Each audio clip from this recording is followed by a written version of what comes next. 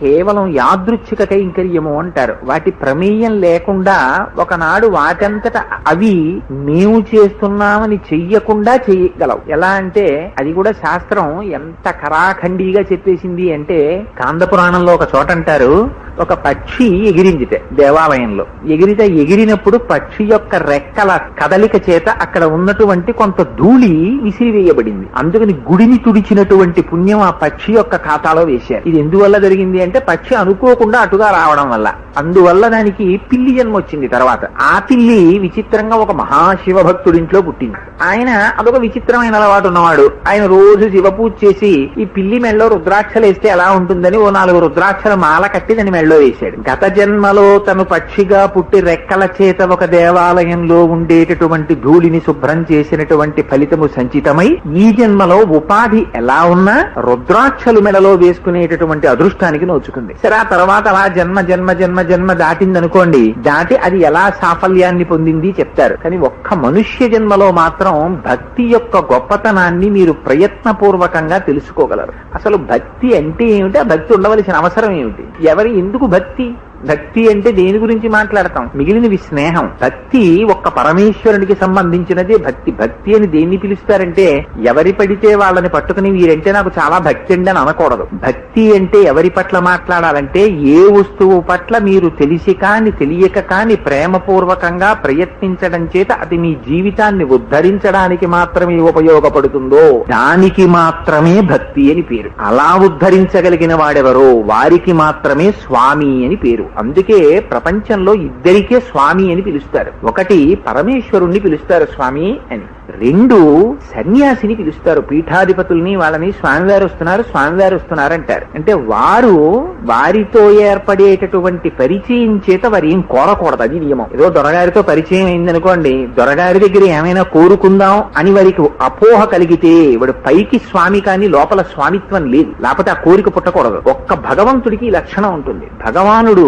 ఎన్నడూ కూడా మీరు నమస్కారం వెళ్లి చేస్తే పొంగిపోయి వాడిని తల మీద పెట్టుకోవడం, ఒకడు తక్కువ ద్రవ్యం ఇచ్చాడనో లేకపోతే ఓ కొబ్బరికాయ ఇచ్చాడనో ఓ పువ్వే పట్టుకొచ్చాడనో ప్రదక్షిణం మాత్రమే చేశాడని వాడిని దూరంగా పెట్టడమో భగవానుడు చేయడు. అందుకైనకి వృషద్విచిత్ర తల్పయోర్ భుజంగ మౌక్తికస్రజో గరిష్టరత్నలోష్టయో సుహృద్విపక్షపక్షయో తృణారవింద చక్షుషో ప్రజామహీ మహేంద్రయో సమప్రవర్తయన్మన కదా సదాశివం భజే అని పేరు. ఆయన అంత సమంగా ప్రవర్తిస్తాడు. ఆయనకి కావలసినది భక్తి అంతే. భక్తి అన్న భావనలో మీకు తొందరగా అర్థమయ్యేటట్టుగా చెప్పాలి అంటే, ఒక తండ్రి ఉన్నాడనుకోండి, తండ్రికి 2 కుమారులు. ఒకటవ కుమారుడు లక్షాధికారి, 2వ కుమారుడు కొంచెం మధ్య తరగతి వాడు. ఇద్దరు ఉగాది పండక్కి తల్లిదండ్రుల దర్శనం చేసుకోవడానికి వచ్చారు. పెద్దవాడు ఐశ్వర్యవంతుడు, అపారమైన ప్రేమ ఉంది తండ్రి అంటే. అందుకని ఒక మంచి పట్టుపుట్టం పట్టుకొచ్చాడు. 2వ వాడికి అంతే ప్రేమ ఉంది, కానీ ఐశ్వర్యం అంత ఉన్నవాడు కాడు. ఒక నూలు పంచె పట్టుకొచ్చాడు. కానీ పట్టుపంచె పట్టుకొచ్చిన కుర్రవాడి మీద ఎక్కువ అభిమానాన్ని, నూలు పంచె పట్టుకొచ్చినటువంటి పిల్లవాడి మీద తక్కువ అభిమానాన్ని చూపించగలిగినటువంటి లక్షణం తండ్రిలో ఉంటుందా? ఉండదు. రెండింటిలో సమానత్వం చూస్తాడు. పైగా ఓ మాట అంటాడు తండ్రి, ఎందుకురా నువ్వు ఇవన్నీ, అవతల పిల్ల పెళ్లి పెట్టుకున్నావు వచ్చే నెలలో, అప్పుడు పెడితే సరిపోదు, మళ్ళీ ఎందుకు తెచ్చావు నాకు ఇది అంటాడు. అలా అనగలిగిన లక్షణం ఒక్క తండ్రికి ఉంటుంది. ఇలా అనగలిగిన లక్షణం పరమేశ్వరుడికి ఉంటుంది. వాడు ఏం తెచ్చాడని ఆయన చూడ్డు, వాడు వచ్చాడంటే చాలంటాడు. ఇప్పుడు భక్తి ఏమైంది? ఒక స్థితికి వెళ్ళేటప్పటికీ మీరు వెళ్ళారా లేదా కూడా ఆయనకు అనవసరం, ఇక్కడ మీరు పెట్టుకున్నారా లేదా ఆయనకు కావాలంతే. ఇది ఒక నిరంతరమైనటువంటి సంబంధం. ఈ సంబంధం ఎంత విచిత్రంగా ఉంటుందంటే అది లోపల పెంచుకోవాలి ఆ భక్తి అన్న భావాన్ని. భక్తి అన్న భావం పెంచుకోవడానికి ఏమండి, తండ్రి అంటే కనపడుతున్నాడు, తల్లి అంటే కనపడుతోంది, ఏదో భార్య అంటే కనపడుతోంది, మరి పరమేశ్వరుడు ఎదురుగుండా కనపట్టలేదు కదా. కనపడన వాడితో భక్తి భావం ఎలా పెట్టుకుంటాం అంటే, శాస్త్రం అంది చాలా గమ్మత్తైన మాట మాట్లాడింది. ఆ పంఖా తిరుగుతోంది. ఎలా తిరుగుతోంది? పంఖా తనంత తాను తిరుగుతుందా? అందులోకి విద్యుత్తు ప్రసరిస్తే తిరుగుతోంది. కానీ ఆ విద్యుత్తుని నువ్వు కంటితో ఎప్పుడైనా చూసావా? చూడలేదుగా. చూడకపోయినా నువ్వు విద్యుత్తు యొక్క ప్రయోజనాన్ని అనుభవిస్తున్నావా లేదా? ఫ్యాన్ ఆగిపోతే అయ్యో ఫ్యాన్ ఆగిపోయిందండి అనరు, అబ్బా కరెంటు పోయిందండి అంటాడు. వీడు చూసాడా కరెంట్ ఉందో పోయిందో? ఫ్యాన్ ఆగిపోవడమే కరెంటు పోవడం. ప్రయోజనం చేత తాను కంటితో చూడని విద్యుత్తు యొక్క ఆస్తిత్వమును అనుభవించి ఆనందించి మమకారమును పెంచుకున్నట్లే తన కంటితో తాను చూడకపోయినప్పటికీ లోపల పరమాత్మ ఉండబట్టి ఇది ఉన్నది, లోపల పరమాత్మ ఉండబట్టి ఆయన విభూతిగా ఐశ్వర్యం ఉన్నది అని గుర్తిరిగిన వాడెవడో వాడు భక్తి భావముతో ఉన్నవాడు. అటువంటి భక్తి నీకు ఏర్పడితే ఏమవుతుంది? వాడు పక్కన ఉండాలని కోరుకుంటావు. అంతే భక్తి అంటే. చాలా తేలిక మాటలలో చెప్పాలంటే అదే భక్తి. పిల్లవాడు పరిగెత్తుకుంటూ ఇంటికి వస్తాడు. పరిగెత్తుకుంటూ ఇంటికి వస్తే అమ్మ అక్కడ టేబుల్ మీద అన్ని పెట్టింది. పెట్టి ఇంట్లో అమ్మమ్మ గారు ఉన్నారు. అదిగోరా టేబుల్ మీద మీ అమ్మ అన్ని పెట్టేసింది తినంటుంది. అంటే వాడు ఏడుపు మొదలెడతాడు. ఎందుకురా ఏడుపు, మీ అమ్మ అన్ని పెట్టింది కదా అంటే వాడికి అన్నం కాదు కావాల్సింది, అమ్మ కావాలి. మా అమ్మ ఏది అని ఏడుపు మొదలెడతాడు. మీ అమ్మ ఏదో బజార్ వెళ్ళింది రా వస్తుంది, ఏం మీ అమ్మని ఎత్తుకుపోతారా దొంగలు ఎవరైనా, తిను అంటే వాడు తినడు. వాడికి అమ్మ కావాలి, మా అమ్మ కావాలి, మా అమ్మ కావాలని ఏడుపు మొదలెడతాడు. ఆఖరికి అమ్మ వస్తుంది ఎక్కడి నుంచో. ఏరా తిని వెళ్ళిపోమన్నాను కదా స్కూల్ కంటే, వాడేం వెడితే కదా నీ కోసం ఏడుస్తూ కూర్చున్నాడు అంటుంది అమ్మమ్మ. వాడికి అన్నమా అమ్మ ఏది ప్రయోజనం? అన్నమే ప్రయోజనం అయితే అమ్మ అక్కర్లేదు, అమ్మ లేకపోయినా అన్నం తిని వెళ్ళిపోతాడు. అమ్మ ఉండగా అమ్మని చూస్తూ అన్నం తినడం ప్రయోజనం. చిన్నతనంలో ఈ భక్తి మనకి తెలియకుండా ఏర్పడుతుందండి. ఎంత విచిత్రం అంటే ఇక్కడ పుడతాడు, తల్లి పట్ల మమకారం ఏర్పరచుకుంటాడు. అమ్మ కంఠం వినపడింది అనుకోండి గొప్ప తృప్తి వాడికి. మేనమామే వచ్చినవాడు ఎత్తుకుంటాడు. అమ్మ పాలు పొంగిపోతున్నాయని వంటింట్లో కడుతుంది. వీడు పెద్ద ఏడుపు మొదలెడతాడు అమ్మ వెళ్ళిపోయిన వైపు చూస్తాను. అమ్మ లోపల నుంచి అరుస్తుంటుంది, వేరే నాన్న ఇక్కడే ఉన్నాను రా, వాడు మీ మామయ్య అక్కడ ఉండరా వాడు ఎత్తుకున్నాడు రా అంటుంది. అయితే వీడు తృప్తిగా ఉంటాడా? వీడు ఉండడు. అమ్మ కంఠం అక్కడి నుంచి వినపడితే వీడికి తృప్తి ఉంటుంది ఏంటి? తృప్తి ఉండదు. అమ్మ రావాలి ఎదురుగుండా. వచ్చి అమ్మ ఒళ్ళో పడుకోబెట్టుకుంది అనుకోండి, ఆ కాళ్ళు ఎత్తుతూ చేతులు ఎత్తుతూ అమ్మ వంక చూస్తూ ఆనందపడిపోతాడు అంతే. ఆ సాన్నిధ్యాన్ని కోరుకుంటాడు. ఇప్పుడు చెప్పండి, ఆ భావన నుంచి కృతకంగా మనం దూరం అయిపోతాం. దూరం అయిపోయి ఒక స్థితిలో అమ్మ ఒడిలో పడుకోవడమే ప్రయోజనం అంతే. అన్నం ప్రయోజనం కాదు, ఐశ్వర్యం ప్రయోజనం కాదు, బంధువులు ప్రయోజనం కాదు, అమ్మతో ఉండడమే ప్రయోజనం. అది విడిపెడుతుంది, తనంత తాను అన్న స్థితి ఏర్పడుతుంది. ఇలా సంసారంలో మగ్గునుడైపోయి భగవంతుడి నుంచి కూడా తాను ఆస్తిత్వాన్ని దూరం చేసుకుంటాడు. దూరం చేసుకుని ఇది ఎక్కడికి వెళ్ళిపోతుందంటే ఈ భక్తి పార్ట్ టైం భక్తిలోకి వెళ్ళిపోతుంది. ఈ పార్ట్ టైం భక్తి అంటే మీకు ఒక్క మాటలో చెప్పాలంటే ఏదో ఉదయం అరగంట పావు గంట కేటాయిస్తాడు దానికోసం. పూజా మందిరంలోకి వెళ్ళి కాసేపు భగవంతుడి దగ్గర కూర్చుని స్వామి ఓ నమస్కారం, ఓ ధూపం, ఓ దీపం వేసేస్తాడు, వెళ్ళిపోతాడు. ఇంకా మళ్లీ రేపు ఉదయం 7 గంటల వరకు ఆయనతో వీడితో ఆయనకి సంబంధం అక్కర్లేదు. కానీ ఆయన పెట్టుకుంటాడు పాపం, ఆయన పెట్టుకోకపోతే వీడు ఎక్కడ ఉంటాడు? వీడికి ఆయనతో సంబంధం ఉండదు. దీన్ని పార్ట్ టైం భక్తి అంటారు. నిజమైన భక్తి అంటే ఏ స్థితిలో ఉంటుందో తెలుసా అండి? మీ ఇంటికి చాలా ఆప్యాయమైన వాడు వచ్చాడు అనుకోండి, తమ్ముడు వచ్చాడు హైదరాబాద్ నుంచి, ఏం చేస్తారు? నిద్ర లేచిన దగ్గర నుంచి నీకు మీ తమ్ముడితోటే సంబంధం. ఎరా నిద్ర లేచావా, ఏం పడుకున్నావే, లే అంటారు. మొహం గడిగేసుకో, ఇద్దరం కలిసి కాఫీ తాగుదాం అంటారు. వాడు మొహం గడుక్కుంటాడు. స్నానం చేసేరా, సంధ్యావందనం చేసుకుందాం ఇద్దరం అంటారు. ఇద్దరు కలిసి సంధ్యావందనం చేస్తారు. వడ్డించేసేయి, నేను మా తమ్ముడు కలిసి భోజనం చేస్తాం అంటారు. ఆఫీస్కి వెళ్ళిపోతూ కూడా తమ్ముడిని ఏం విడిచిపెట్టరు. వచ్చేరా నాతో పాటు ఏం చేస్తావు, ఇంట్లో కూర్చుని కాసేపు కూర్చొని వచ్చేద్దాం, 1 గంట ఆఫీస్ లో కూర్చుని అంటారు. ఇద్దరు కలిసి భోజనం చేస్తారు, ఇద్దరు కలిసి పడుకుంటారు. అలా భక్తి ఏ స్థితికి పెడుతుందో తెలుసా అండి?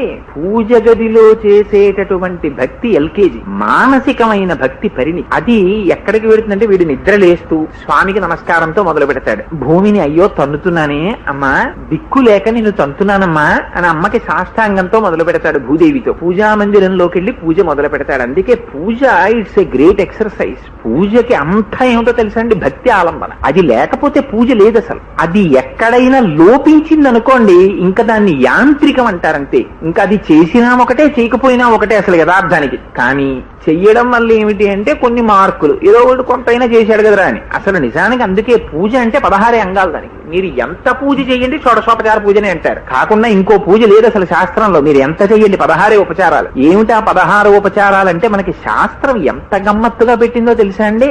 అమ్మ కడుపులోకి ప్రవేశించడానికి ముందు తల్లిదండ్రులకు జరిగేటటువంటి వివాహ విధితో ప్రారంభించి వీడి శరీరం పడిపోయినప్పుడు చేసేటటువంటి అంత్యేష్టి సంస్కారంతో కలిపి 16 సంస్కారాలు. చంద్రుడికి 16 కళలు, పూజకి 16 అంగాలు. షోడశోపచార పూజ అని 16 చేస్తాం. ఎంత పూజ చేయండి 16. ఏమిటి అంటే ఒకటి ధ్యానం. మొదట ధ్యానం చేస్తారు. ఆ ధ్యానం అయిన తరువాత ఆవాహన అయిన తరువాత ఆసనం అయిన తర్వాత అప్పుడు స్వామిని కూర్చోబెట్టి పాద్యం అయిన తరువాత అర్ఘ్యం అయిపోయిన తరువాత అప్పుడు స్వామికి స్నానం అయిన తరువాత వస్త్రం తరువాత ఆ మెడలో వేసేటటువంటి యజ్ఞోపవీతం, అక్కడికి 8. ఈ 8 అయిన తరువాత స్వామికి గంధం ఇవ్వడం. ఆ గంధం తర్వాత పుష్పార్చన తరువాత చేసేటటువంటిది ధూపం తర్వాత చేసేది దీపం 12 అక్కడికి. ఆ తరువాత పెట్టేటటువంటిది నైవేద్యం. ఆ నైవేద్యం తర్వాత ఇచ్చేటటువంటిది తాంబూలం తర్వాత ఇచ్చేది నీరాజనం తర్వాత ఇచ్చేది మంత్రపుష్పం. ఈ మంత్రపుష్పం 16. ఈ 16 అంకె మీరు గుర్తుపెట్టుకోండి. జీవితంలో 16 16కి ఒక గొప్ప విలువ ఉంటుంది. ఎక్కడ చూడండి ఈ 16ని ముడేస్తారు మన వాళ్ళు. కానుక ఇచ్చారనుకోండి 116 ఇచ్చారంటారు. ఏంటి 116 ఏంటి, 100 ఇవ్వకూడదా, 16 చేరుస్తారు. 1116 ఇచ్చామండి అంటారు, పక్కన 16 చేరుస్తారు. అన్నింటికి పక్కన 16 పెడుతుంటారు. ఈ 16కి అసలు రహస్యం పూజలో ఉపచారాలు 16. ఈ 16 చేస్తారు. ఈ 16ని మీరు సాగతీస్తే 3 గంటలు చేసుకోవచ్చు, టైం లేకపోతే 3 నిమిషాల్లో చేసేయచ్చు. కానీ ఈ 16 చెయ్యడంలో మీ భావన పాడవకూడదు. అంతే భక్తి. ఈ భక్తి 16లో ఎలా నడుస్తుందో మీకు తెలియనివి కావు, మీ అందరూ రోజు చేస్తున్న వాళ్లే. కానీ ఒక్కసారి దాన్ని ఆవిష్కరించే ప్రయత్నం చేస్తాను. ఈ 16 జీవితంలో ఎలా నడుస్తుందో, పూజలో ఎలా నడుస్తుందో చూడండి. మొట్టమొదట చేసేది ధ్యానం. ఈ ధ్యానం అన్నది ఎందుకు చెయ్యాలి అసలు? ధ్యానం అంటే అంతటా వ్యాపించి ఉంటాడు పరమాత్మ.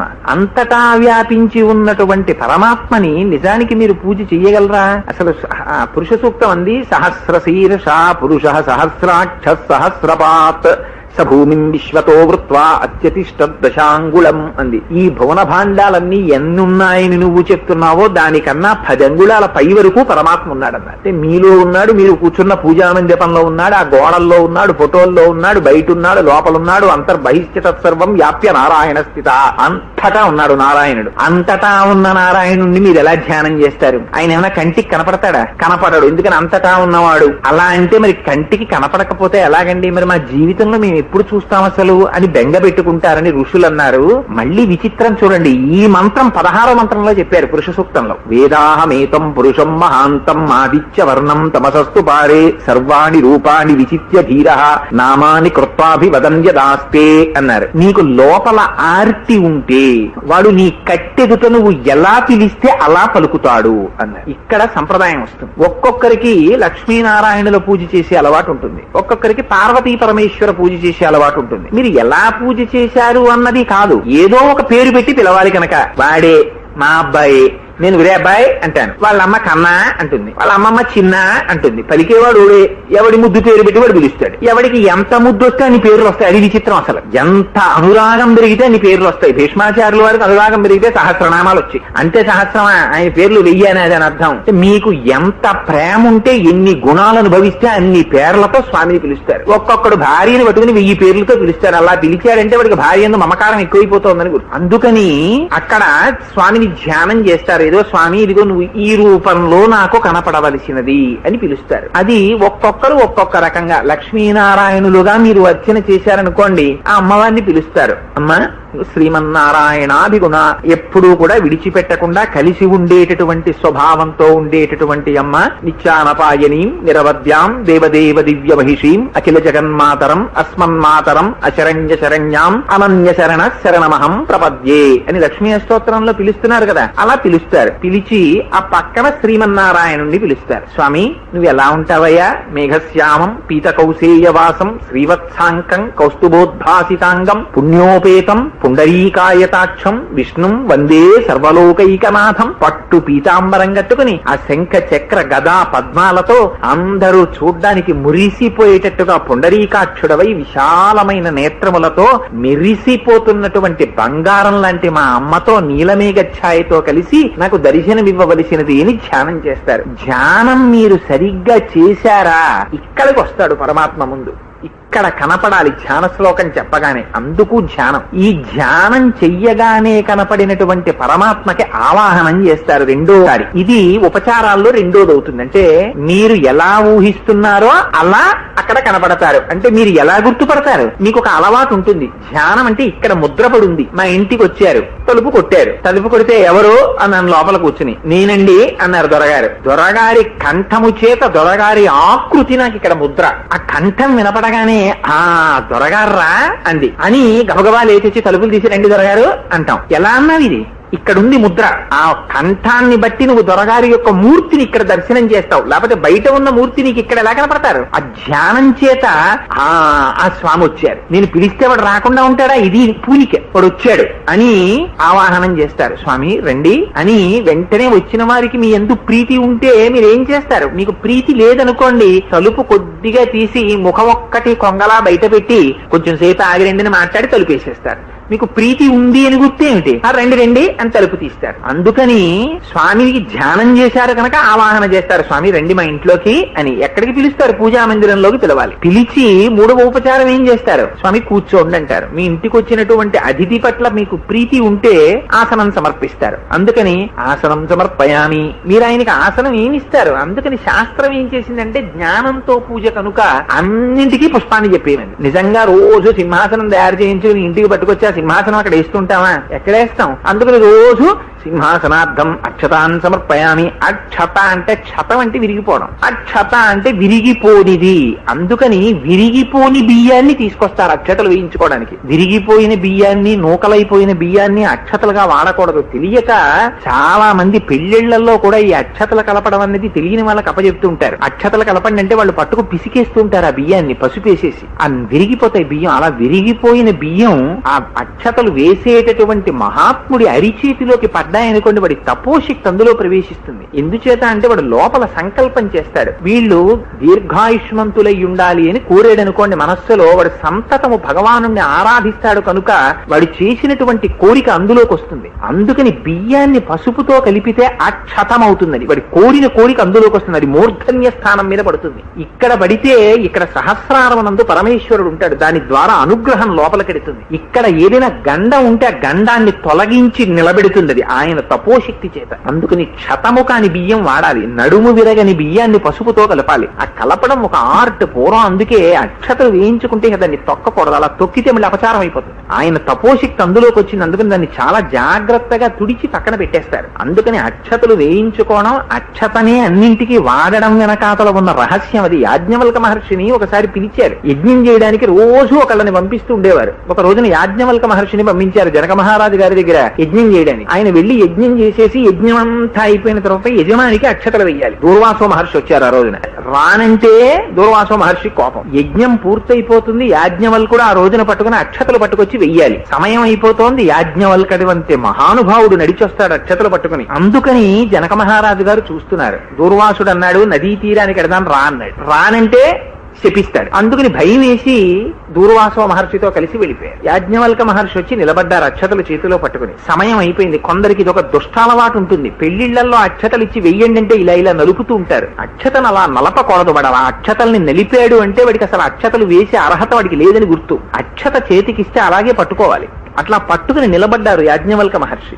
నిలబడితే సమయం అయిపోయింది, రాలేదు. అక్కడ ఉండిపోయాడు నదీ తీరంలో జనకుడు. ఉండిపోతే ఈయన చేతిలో తలుచుకుని ఈయనకి సమస్తము కూడా మీ ఇల్లు బంగారంతో, కనకంతో, సువర్ణంతో వర్ధిల్లి సుఖవంతంగా ఉండాలి అని మనస్సులో ఆ యజ్ఞము చేత వీళ్ళిల్లు పాడి పంటలతో, బంగారంతో, సుఖ సంపత్తులతో హాయిగా ఉండాలని సంకల్పం చేసి ఆ అక్షతలు తీసి రాజు కూర్చునే ఆసనం కనుక రాజుకు బదులు సింహాసనం మీద అక్షతలు వేసి వెళ్ళిపోయాడు. ఆయన ఇలా వేశారంతే సింహాసనం బంగారం అయిపోయింది. ఆ అక్షతలే జనక మహారాజు గారి మూర్ధన్య స్థానం నందు పడుంటే ఏ స్థితిని పొంది ఉండేవారు. అందుకని అక్షతకి ఆ శక్తి ఉంది, పువ్వుకి ఆ శక్తి ఉంది. అందుకని పూజలో ఏమీ లేకపోయినా పరిహాసం ఎక్కువైపోయింది ఈ రోజుల్లో. తెలియనితనం ఎక్కువ, తెలిసినతనం తక్కువ. ప్రతిదానికి వంకర టింకర మాటలు ఎక్కువయ్యాయి. ఏముందిరా 2 అక్షతలు వేసాయి అయిపోయింది పూజ. అది కాదు దాని వెనకాతల. నీకు లోపల ఇక్కడ భావన ఉంటే నువ్వు సంకల్పం చేసి సృష్టించచ్చు అక్షతతోటి. అందుకని ఆ అక్షత సమర్పిస్తారు. స్వామి సింహాసనార్థం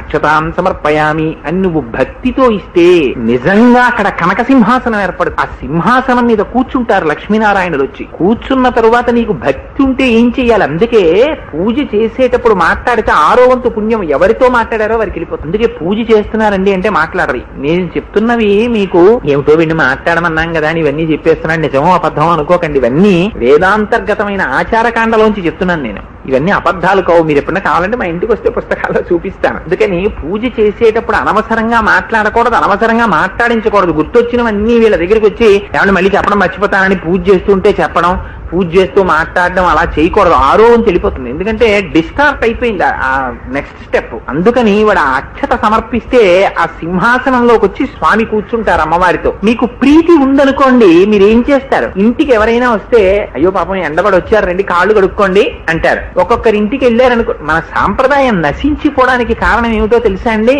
ఇవాళ మీరు ఎంత ఎండబడి ఎవడింటికి వెళ్ళండి, కాఫీ తాగుతారా అని అడుగుతారు. అది మన సంప్రదాయం కాదు. అసలు కాళ్ళు కడుక్కుంటారా మన సంప్రదాయం. ఎందుకంటే వాడు వచ్చిన వాడు గొప్పవాడైతే వాడి యొక్క శక్తి అంతా వాడి పాదాల్లో ఉంటుంది. అందుకే వాడి తలకాయకి నమస్కారం పెట్టరు. ఉపన్యాసం చెప్పడానికి కావలసిన మేధాశక్తి శిరస్సులో ఉంటుంది. కానీ ఉపన్యాసం దిగిపోయిన తర్వాత అపలాచార్య స్వామి వారు వచ్చారని ఆయన తలకాయకి దండాలు ఎట్టరు, ఆయన పాదాలకి దండాలు ఎడతారు. మాట్లాడింది శిరస్సు అయితే పాదానికి దండం ఏమి అంటే సమస్త నాడీ మండలం యొక్క శక్తి పాదాల్లో ఉంటుంది. గమనం కూడా పాదం మీద ఆధారపడుతుంది. అందుకని ఆ పాదాలకంత శక్తి ఉంటుంది. అందుకని పాదాలు కడుక్కొమ్మ ఇచ్చినటువంటి నీటికి అంత శక్తి ఉంటుంది. కానీ ఇంటికి వచ్చిన వాడు మహాత్ముడు అనుకోండి, మీరు మా పెరట్లోకి వెళ్ళి కాళ్ళు కడుక్కోండి అనరు. వాడు రావడమే పుణ్యమని పళ్ళెం తెచ్చి వాడి పాదాల కింద పెట్టి కాళ్ళు కడుగుతారు. కడిగి వాడి తపోశక్తి ఆ పాదాల్లో ఉంటుంది. అందుకని ఆ నీళ్లు తీసి చల్లుకున్నారు. ఇది మనకి చేత కాదని వెంకటేశ్వర స్వామి వారు మొదట చేసి చూపించారు. కలియుగంలో మొట్టమొదట చేయవలసింది ఏమిటో భృగు మహర్షి వెళ్ళి వెంకటేశ్వర శ్రీ మహావిష్ణువు యొక్క వక్షస్థలం మీద అన్నారు. తంతే అయ్యో స్వామి మీరు వచ్చారా మా ఇంటికి గబగబా పళ్ళెం పెట్టి కాళ్ళు కడిగినట్టుగా కడిగి అడుగున్నటువంటి నేత్రాన్ని నొక్కేశారు. సరే అది అవతార ప్రయోజనం అనుకోండి. అందుని కాళ్ళు కడుగుతారు. కడిగితే ఇంటికొచ్చిన వాళ్ళ పట్ల మీరు అపారమైన ప్రీతిని ఆవిష్కరించినట్టు. అందుకని పాదయోహ పాద్యం సమర్పయామి, పాదయోహ పాద్యం సమర్పయామి అన్నది రిచువలిస్టిక్ గా ఇవాళ పూజలో నేనంటే విమర్శ చేశాను అని మీరు మరోలా అనుకోకండి. ఇవాళ ఎంత దారుణంగా తయారైపోయింది అంటే పూజ పాదయోహ పాద్యం సమర్పయామి అన్నప్పుడు ఇలా నీళ్లు తీసి కూడా సమర్పించడం అన్నది పోయింది. పాదయోహ పాద్యం సమర్పయామి అంటూ ఉంటాడు. ఏమిటో నీళ్లు తీస్తుంటారు, విసిరవతల పారేస్తూ ఉంటారు, చల్లేస్తూ ఉంటారు. అయినా వాడు ఇంకా ఐశ్వర్యం ఇస్తున్నాడంటే వాడి కృప. అందుకని నిజంగా అసలు శంకరాచార్యులు వారు సౌందర్య లహరిలో చెప్పారు ఈ రహస్యాన్ని. పాదయోహ పాద్యం సమర్పయామి అన్నప్పుడు ఎలా చెయ్యాలని చెప్పారో తెలుసా అండి శంకరులు? అందులో అంటారు, తదా కాళే మాత కదయ కలిత లక్తకరసం పిబేయం విద్యార్థి తవ చరణ నిర్నేజన జలం అని ప్రకృత్యా మూకానాం అపిచ కవిత కారణతయా అని అందులో ఆ సౌందర్యలహరి ఆ శ్లోకంలో అంటారు. కథా దత్తే వాణి ముఖకమల తాంబూల వసతాం అంటారు. అమ్మవారుట తన పాదాలకి దీప్తి కోసమని అందం కోసమని లత్తుక రాసుకుంటుంది. పచ్చటి పసుపు రాసి ఎర్రటి లత్తుక రాస్తారు. రాసినటువంటి ఆ పారాణితో కూడినటువంటి పాదాల కింద మీరు పళ్ళెం పెట్టి ఆ పైనుంచి నీళ్లు పోసి మీ రెండు చేతులతోటి అమ్మవారి పాదాలు అయ్యవారి పాదాలు కడిగారనుకోండి, ఆ నీటికి ఎరుపుతనం వస్తుంది కదా.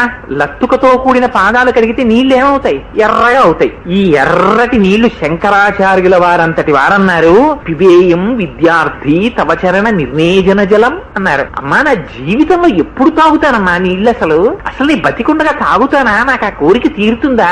ఎంత గొప్ప కోరిక చూడండి. దీన్ని పూజలోకి తీసుకొచ్చి పెట్టారు మన వాళ్ళు. వీడు ఎప్పుడైనా ఒక్క రోజైనా అలా తాగుతాడేమోనని. అలా తాగితేట ప్రకృత్యా మూకానాం అపిచ కవిత కారణతయా, అలాంటి నీళ్లు తాగితేట వాడికి కవిత్వం వరదలై ప్రవహిస్తుందట వాడి నోట్లోంచి. వాడికి పుస్తకం ప్రిపరేషన్ ఇవేం ఉండవి. అమ్మవారు నాలుక మీద తాండవం చేస్తుంది. అందుకే వాక్కు ఉంది అంటే గుర్తు అమ్మవారి కటాక్షం ఉందని గుర్తు. అమ్మవారి కృప లేకపోతే వాడు పలకలేడు. అందుకని కథా దత్తేవాణి ముఖకమల తాంబూల రసతాం అన్నారు. ఆ ఎర్రటి లత్తుకతో కూడిన నీరు పక్కన పెట్టి, ఇది మా అమ్మవి అయ్యవి కాళ్ళు కడిగిన నీళ్ళని ఆచమనం ఆ ఉద్ధరినితో తీసి చేతిలో వేసుకుని 3 మాటల నీరు పుచ్చుకుంటే వాడికి అపారమైన కవిత్వం వచ్చింది. అలాంటి నీరు పుచ్చుకున్న వాడికి ప్రకృత్యా మూకానాం అపిచ కవిత కారణతయ, ఆ నీళ్లు పుచ్చుకున్నవాడు మూగివాడైనా సరే వాడికి అపారమైన కవిత్వం వస్తుంది. అందుకని ఆ పాదయోహ పాద్యం సమర్పయామి ఇదొక్కటి చేస్తే చాలండి. అసలు నిజంగా పాదాలు కడగడం,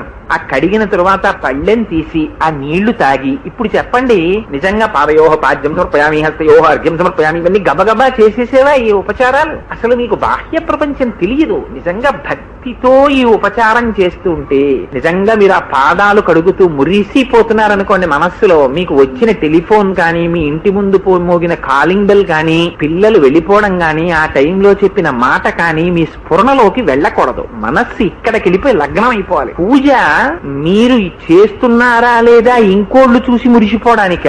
పూజ మీరెలా చేస్తున్నారో మీకు పరీక్ష. అది పూజ ఈజ్ అన్ ఎక్సర్సైజ్. మీ మీకు మీరుగా ఉద్ధరింపబడాలి ప్రతిరోజు పూజ చేత. అందుకు పూజ డిస్కనెక్ట్ అవ్వాలి పూజా గది గడప దాటి లోపలికి వెళ్ళగానే. అందుకని పాదయోహ పాద్యం సమర్పయామి. ఇక్కడ ప్రీతి లేకపోతే ఇంటికి వచ్చిన వాడి కాళ్ళు పళ్ళెంలో పెట్టి మీరు ఎందుకు కడుగుతారు చెప్పండి? ప్రీతి ఉంటే కడుగుతారు. అందుకని పాదయోహ పాద్యం సమర్పయామి, ఆ కాళ్ళు కడిగి హస్తయోహ అర్ఘ్యం సమర్పయామి, స్వామి చేతులు కడుక్కోండి అని వచ్చిన వాడికి ముందు కాళ్ళు చేతులు కడుక్కోమంటాం. ఆ నీళ్లు పోసేటప్పుడు కూడా ఆ పువ్వుతో తీసి ధార కింద విడిచిపెడతారు. ఇలాగా విడిచిపెడితే ఇక్కడ దర్శనం అవుతూ ఉండాలి. లేదనుకోండి మీరు పైకి నోటితో చెప్పేస్తున్నారనుకోండి, ఆ రెండు కలవవు.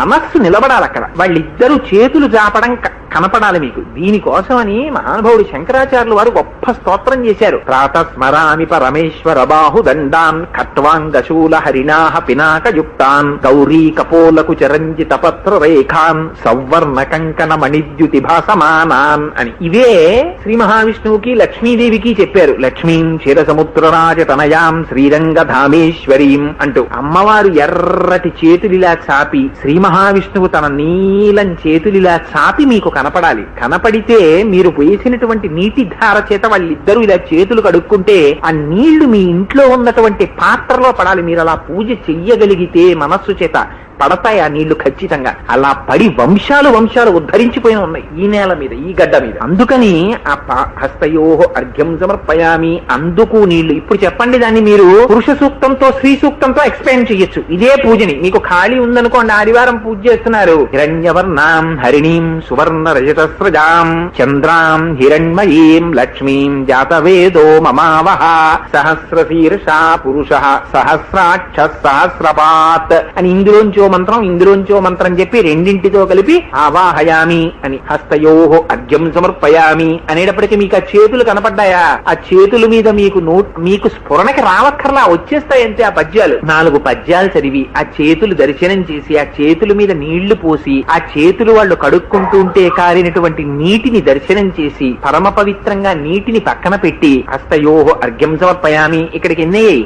మీరు ధ్యానం, ఆవాహనం, ఆసనం, పాద్యం, అర్ఘ్యం, చేతులు కడుక్కున్నారు. కడుక్కున్న తర్వాత అప్పుడు స్వామి వచ్చారా, చాలా సంతోషం, కాళ్ళు చేతులు కడుక్కున్నారు, కొంచెం ఉపశాంతి లభించింది కదా, స్వామి స్నానం చెయ్యండి. మనం లౌకిక స్నానం చేస్తాం. అంటే స్నానం 2 రకాలు మనకి కూడా. అసలు స్నానం అనేటటువంటిది కేవలం అవయవాల్ని శుభ్రం చేసుకోవడం కోసం అని చేసేటటువంటి స్నానం ఒక ఎత్తు, లోపల అంతఃశుద్ధి కోసం చేసేటటువంటి స్నానం ఒక ఎత్తు. ఇది ఎలా ఉంటుంది అంటే, అందుకే మనకి ఆర్ష సాంప్రదాయంలో స్నానం అంటే గభాల బాత్రూమ్ లోకి వెళ్ళిపోయి ఇలా పంపిప్పేసుకుని షవర్ ఇప్పేసుకుని దాని కింద స్నానం చేయడం మనకి సంప్రదాయం కాదు. మనకి సంప్రదాయం ఏమిటి అంటే, నీటిలోకి ముందు ఆవాహనం చేస్తారు. గంగే యమునే చైవ గోదావరి సరస్వతి నర్మదే సింధు కావేరి యోజలేస్మిన్ సన్నిధింకురు అంటాడు. ఇందులోకి గంగా, యమున, గోదావరి, సరస్వతి, నర్మదా, సింధు అన్ని వస్తున్నాయంటాడు. ఆ జలాంశ ప్రవేశిస్తుంది. అప్పుడు ఆ నీటితో స్నానం చేస్తాడు. చేస్తే ఏమవుతుంది?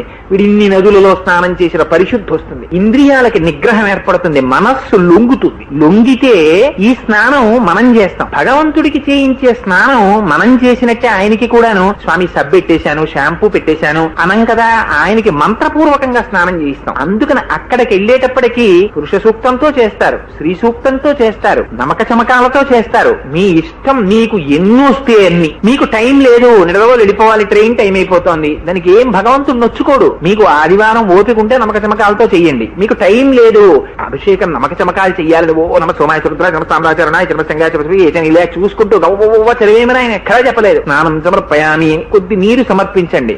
ఆయన స్వామివారు శిరసా స్నానం చేసినట్టు భావన చెయ్యండి చాలు. భావన ప్రధానం. వచ్చిన దానికి సమయాన్ని వెచ్చించగలిగితే మరింత ప్రయోజనం. ఆ స్నానం చేస్తే మీరేం చేస్తారు? తర్వాత బట్టలు ఇవ్వాలి స్వామికి, కట్టుకోండి స్వామి అని. అందుకని వస్త్రయుగ్మం సమర్పయామి. రోజు బట్టలు ఎక్కడ పట్టుకొస్తామండి మేము? రోజు చందనాకెళ్ళి బట్టలు తెచ్చేంత కోరిక, ఓపిక, టైము, ద్రవ్యం ఇన్ని ఉంటాయా? అది కూడా పాపం ఆయన ఏం అడగలేదు, నువ్వెక్కడ ఇస్తావురా, ఫోన్లే. దానికి కూడా వస్త్రయుగ్మార్థం అక్షతాన్ సమర్పయామి, మళ్ళీ 2 అక్షతలు అంతే.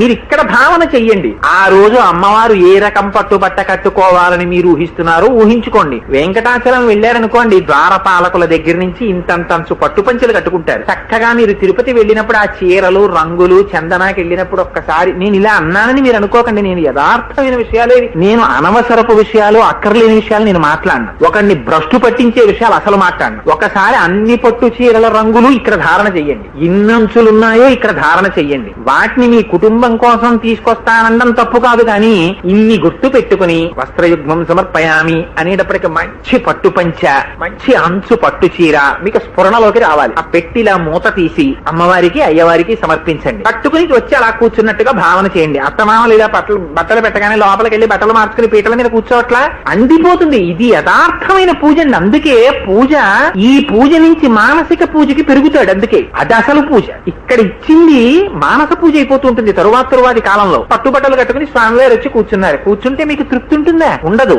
అందుకని మీరు ఏం చేస్తారు? స్వామి కొద్దిగా మీ చేతులు చాపండి అని యజ్ఞోపవీతం వేస్తారు. ఆ మెడలో యజ్ఞోపవీతం వేసి యజ్ఞోపవీతార్థం అక్షతాన్ సమర్పయామి. పాపం ఆయన ఏమీ అడగలేదు, నిజంగా రోజు యజ్ఞోపవీతం పట్టరారా అని కూడా ఆయన అనలేదు. దానికి 2 అక్షతలే. ఇక్కడ భావన చేయమన్నారు అంతే. ఓపిక ఉంటే మాత్రం చెయ్యొచ్చు. ఒక ఆదివారం నేను చక్కగా పూజ చేసుకుందాం, 1 గంట కూర్చుందాం అని మీరు నిర్ణయం తీసుకున్నారనుకోండి, ఆ రోజు టైం ఫోన్లకి వాటికి ఇవ్వకండి. ఒకవేళ వచ్చిన నెంబర్ నోట్ చేసుకోమని పిల్లాడికి చెప్పండి. అర్జెంట్ అయితే అతిథి దేవోభవ, ఆ స్వామి ఇలా మాట్లాడుతున్నాడు అనుకుని మాట్లాడేసి మళ్ళీ కుడి చెవి మీరు చెయ్యేసుకోండి, లేకపోతే ఆచమనం చేసి పూజ చేసుకోండి. అందుకని ఆ స్వామికి వస్త్రయుగ్మం ఇస్తారు. ఆ వస్త్రాలు ధరించాడా, ధరించి కూర్చున్నాడా స్వామి? ఇదండి ఈ సేవ చేయడానికి 12,500 రూపాయల టికెట్ తిరుమలలో. ఏమిటి? స్వామికి వస్త్రాలంకార సేవని. ఈ టికెట్ కడితే స్వామి వారికి పెద్ద పట్టుబట్ట కడతారు, ఆ పట్టుబట్ట ఇస్తారు. ఇది ఇప్పుడు కడితే 10 ఏళ్ల తర్వాత వస్తుంది ఆ టికెట్ తిరుమలలో. ఆ టికెట్ దొరికినటువంటి వాళ్ళకి శుక్రవారం నాడు వెండిపళ్ళెంలో పట్టుపంచె పెట్టి ఇస్తారు. దాన్ని తల మీద పెట్టుకుని మేళతాళాలతో ధ్వజస్తంభానికి ప్రదక్షిణం చేసి లోపలికి పట్టుకెళ్లి ఆ పట్టుపంచి ఇస్తే వెంకటేశ్వర స్వామి వారు ఆ రోజున కట్టుకుంటారు తిరుమలలో. ఇక్కడ మన వెంకటనగర్ వెంకటేశ్వర స్వామి వారి గుళ్ళో ఇవ్వాలిస్తే మహానుభావుడు లక్ష్మణాచార్యులు వారు ఉత్తర క్షణం కట్టేస్తారు. సత్యనారాయణ మూర్తి గారికి ఇస్తే శివాలయంలో వెంటనే కట్టేస్తారు. ఎక్కడిచ్చినా మనస్సు ప్రధానం, తప్పేం లేదు. అదే మీరు ఇక్కడ చెయ్యాలనుకోండి, అక్కడ కూడా వెళ్ళక్కర్లా. ఇలా మీరు మనస్సులో సంకల్పం చేస్తే చాలు, ఇక్కడ పుడతాయి. పుట్టగానే ఇచ్చారనుకోండి, కట్టుకుని మీకు కనబడతాను ఆయన. వెంటనే చక్కగా కట్టుకుని సింహాసనం మీద కూర్చుంటాడు. యజ్ఞోపవీతం వేస్తారు. గంధం సమర్పయామి. స్వామి ఇది ఆ 2 చేతులు చాపు, గంధం సమర్పిస్తాను అంటే ఉంగరాల వేళ్లతో 2 చేతులు చాపుతాడు. ఆ చేతులకి పాదాలకి గంధం సమర్పించారనుకోండి, ఆ పాదాల మీద అక్షతలు సమర్పించి ఇంకా ఇక్కడ నుంచి పూజ ఏం చేశారో తెలుసా అండి? మీకు ఓపిక ఉండాలి కానీ, మీకు మనస్సు ఉండాలి కానీ, మిమ్మల్ని పెంచడం కోసమని ఇక్కడి నుంచి డెవలప్ చేశారు. ఇక్కడ నుంచి ఆ గంధం ఇచ్చిన తరువాత పుష్పార్చన చేయమన్నారు. ఈ పుష్పార్చన దగ్గరికి వచ్చేటప్పటికి మీకు మనసు ఉండాలి, సమయం ఉండాలి. మీకు ఆదివారం ఇవాళ నేను 2 గంటలు, అందుకే కర్మలు కూడా 2 నిత్య నైమిత్తిక కర్మలు. ఒకటి టైం లేదని ఎగ్గొట్టడానికి వీల్లేదు, సంధ్యావందనం చేసి తీరాలి. నైమిత్తిక కర్మలు అంటే ఇలాంటి పర్వదినాల్లో చేసేవి. అవి మీరు టైం సృష్టించుకోవాలి. ఒక 2 గంటలు ఆదివారం నాడు తప్పకుండా నేను పూజ చేసి తీరుతాను అని ఒక సంకల్పం చేసుకుని ఉండాలి. ఆ 2 గంటలు ఇంకా ఎట్టి పరిస్థితుల్లోనూ ఇతర ప్రయోజనానికి వాడకూడదు. ఇక్కడికి వచ్చేటప్పటికి ఏం చేస్తారంటే, ఈ పుష్పార్చన దగ్గరికి వెళ్ళేటప్పటికి అధాంగ పూజ చేస్తారు. పాదాల దగ్గర మొదలుపెట్టి శిరస్సు వరకు వెడుతుంది పూజ. దీనికి సాధారణంగా ఏం చేస్తారంటే, పుస్తకం ఒకటి దగ్గర పెట్టుకుని ఓం ప్రకృతి నమః పాదవ పూజయామి, ఓం వికృతి నమః ఏదో జానుని పూజయామి అని పుస్తకంలో చూసి ఈ పువ్వులు తీసి ఇలా వేసేస్తూ ఉంటారు. అందుకే పెద్దలు ఏం చెప్తారంటే, అది తప్పు కాదు, కానీ కనీసం కొన్ని నామాలు ధారణ చెయ్యి అని చెప్తారు. ఎందుకు ఆ మాట చెప్తారంటే, మొదట్లో పుస్తకం ఉండొచ్చు, కానీ రాను రాను రాను రాను మీరు పూజ చేసేటప్పుడు విగ్రహం మీద పుష్పాలు వేస్తున్నానని కాదు, మీకు ఆ అధాంగ పూజ వచ్చేయాలి. నోటికి వస్తే అక్కడ కాదు వేసేది, ఇక్కడ పడుతూ ఉండాలి ఆ పువ్వు. ఇక్కడ తీసి ఓం నిధనపతయే నమః పాదౌ పూజయామి, ఓం నిధనపతాంతికాయ నమః జానుని పూజయామి అంటున్నారనుకోండి, పాదాల దగ్గర మొదలుపెట్టి పాదాల తర్వాత స్వామివారికి సంబంధించినటువంటి ఈ గుత్తి దాటిన తరువాత ఆ పిక్కల తర్వాత మోకాళ్ళ తర్వాత తొడల తర్వాత నడుం తర్వాత నాభి తర్వాత కడుపు తర్వాత వక్షస్థలం, కంఠం తర్వాత నాసిక, పెదవులు, నేత్రాలు ఇవన్నీ మీకు అధాంగ పూజలో ఉంటాయి. నేత్రే పూజయామి అని ఆ నేత్రాల మీద వేస్తారు. లలాటం పూజయామి అని లలాటం మీద వేస్తారు. ఆ తర్వాత శిరపూజయామి అని శిరస్సు మీద వేస్తారు. 108 నామాలతోటి పూర్తి చేసేసిన తరువాత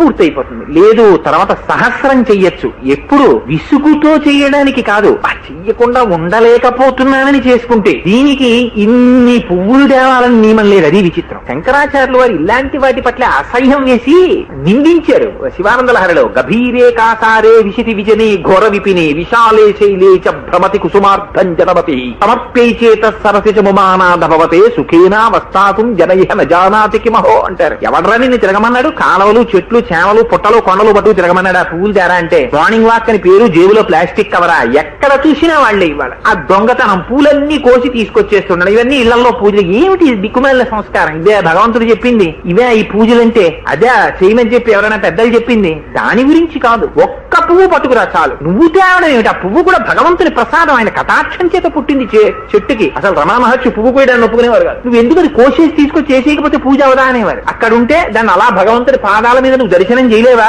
అని అడిగేవారు. అందుకని అదిగో ఆ స్థితికి ఎదగగలగాలి మనస్సు చేత. అలా దర్శనం చెయ్యడం వస్తే మనుష్య జన్మకి కృతార్థత. లేకపోతే పిపీలికాది పర్యంతంలో ఇన్ని ప్రాణులున్న ఏ ప్రాణి చెయ్యగలదు చెప్పండి ఇలాంటి పూజ? మీరు తప్ప ఒక్క మనుష్య జాతే చేయగలదు ఇలాంటి పూజ. అందుకని అథాంగ పూజ వచ్చింది. అంత అథాంగ పూజ చేస్తే అప్పుడు ధూపం, ఆ ధూపం వేసిన తరువాత దీపం. ఈ దీపం చూపించడం ఎందుకండి భగవంతుడికి? అసలు ఇదొక విచిత్రమైన ప్రకృతి. అసలు మనకి శాస్త్రంలో ఏమిటంటే, ఏదైనా మధ్యాహ్నం వాడు 10 గంటలకి మొదలు పెడతాడు. సత్యనారాయణ స్వామి వారి వ్రతం అండి అంటే ఆయనకి పాపం ఖాళీ అయిన తర్వాత ఏదో 4 ఇళ్లలో చేసి రావాలండి, మీ ఇంటికి 11ంటికి వస్తానంటాడు. సరే 11 గంటలకి రెండంటారు. 11 గంటలకి సత్యనారాయణ స్వామి వారి వ్రతం మొదలు పెడితే మొట్టమొదటి దీపారాధన.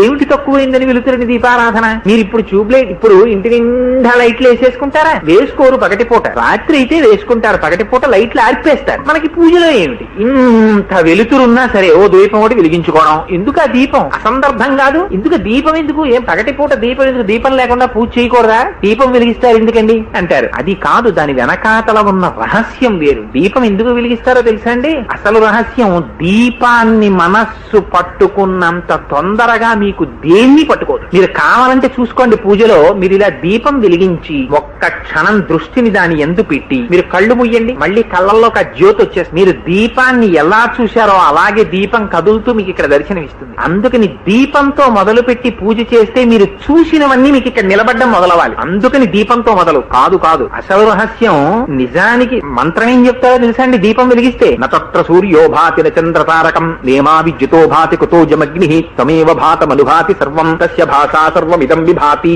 అంటారు. ఎక్కడ సూర్య చంద్రులు కూడా వెలగరో అక్కడ అటువంటి భగవానుడికి మేము ఆరాధన మొదలు పెట్టామంటారు. అక్కడ మరి దీపం ఏమిటి? ఇంత నూనెలో ఒత్తేసి అంటే అది శాస్త్రం. ఈ పూజ ఎందుకు చేస్తున్నాను? శాస్త్రాన్ని ఆధారం చేసుకుని నన్ను నేను ఉద్ధరించుకోవడానికి, ఎదగడానికి పూజ చేస్తున్నాను అని మొదలుపెట్టి అప్పుడు ఏం చేస్తారు? స్వామికి ధూపం ఇస్తారు, దీపం వేస్తారు. ఇవి వెయ్యడంలో అసలు రహస్యం లోపల అజ్ఞానం పోతుంటుంది. ఆ దీపం చూపించిన తరువాత అప్పుడు స్వామికి నైవేద్యం పెడతారు. ఈ నైవేద్యం పెట్టడం అనేటటువంటిది ఒక గొప్ప సంస్కృతి ఆర్ష సాంప్రదాయంలోనే ఉంది. మిగిలిన వాళ్ళకి ఎవ్వరికీ నైవేద్యం పెట్టడం అన్నది లేదు. మిగిలిన మతాల్లో మీరు చూడండి, వాళ్ళు నైవేద్యాలు పెట్టరు. ఒక్క మనమే నైవేద్యం పెడతాం. ఏదైనా తీసుకొచ్చారనుకోండి, ఏమండి ప్రసాదమా అని కళ్ళకద్దుకుని చెప్పులిప్పి నోట్లో వేసుకుంటాడు. అదే మా ఇంట్లో పులిహార ఉండానండి అని చెప్పి పట్టుకొచ్చారనుకోండి, దాన్ని ఏం కళ్ళకద్దుకు నోట్లో వేసుకోక్కర్లేదు, చెప్పులతోనే తినేస్తాడు దాన్ని. కానీ అన్నం తినడం అనేటటువంటిది మన జాతికి కేవలం అన్నం తినడంగా మనం తినడం. మిగిలినవి అన్నం తింటే, మిగిలినవి అన్నం తినడం అంటే ఆహారం తినడం. మిగిలినవి ఆహారం తింటే శౌచం పాటించం. ఏదో ఆ పెంట కుప్ప పక్కన ఏమైనా తినడానికి ఉందేమో అనిపించింది అనుకోండి, పైనుంచి మీరు ఏమైనా ప్యాకెట్ విసిరేశారనుకోండి, ఆ చప్పుడు వినగానే కుక్క పరిగెత్తుకొస్తుంది, వచ్చి ఇలా ఇలా ఇలా ఇలా మూతితో ఆసం చూసి అందులో ఏమైనా తినేలా ఉంది అనుకుంటే తినేస్తుంది. కానీ మనిషి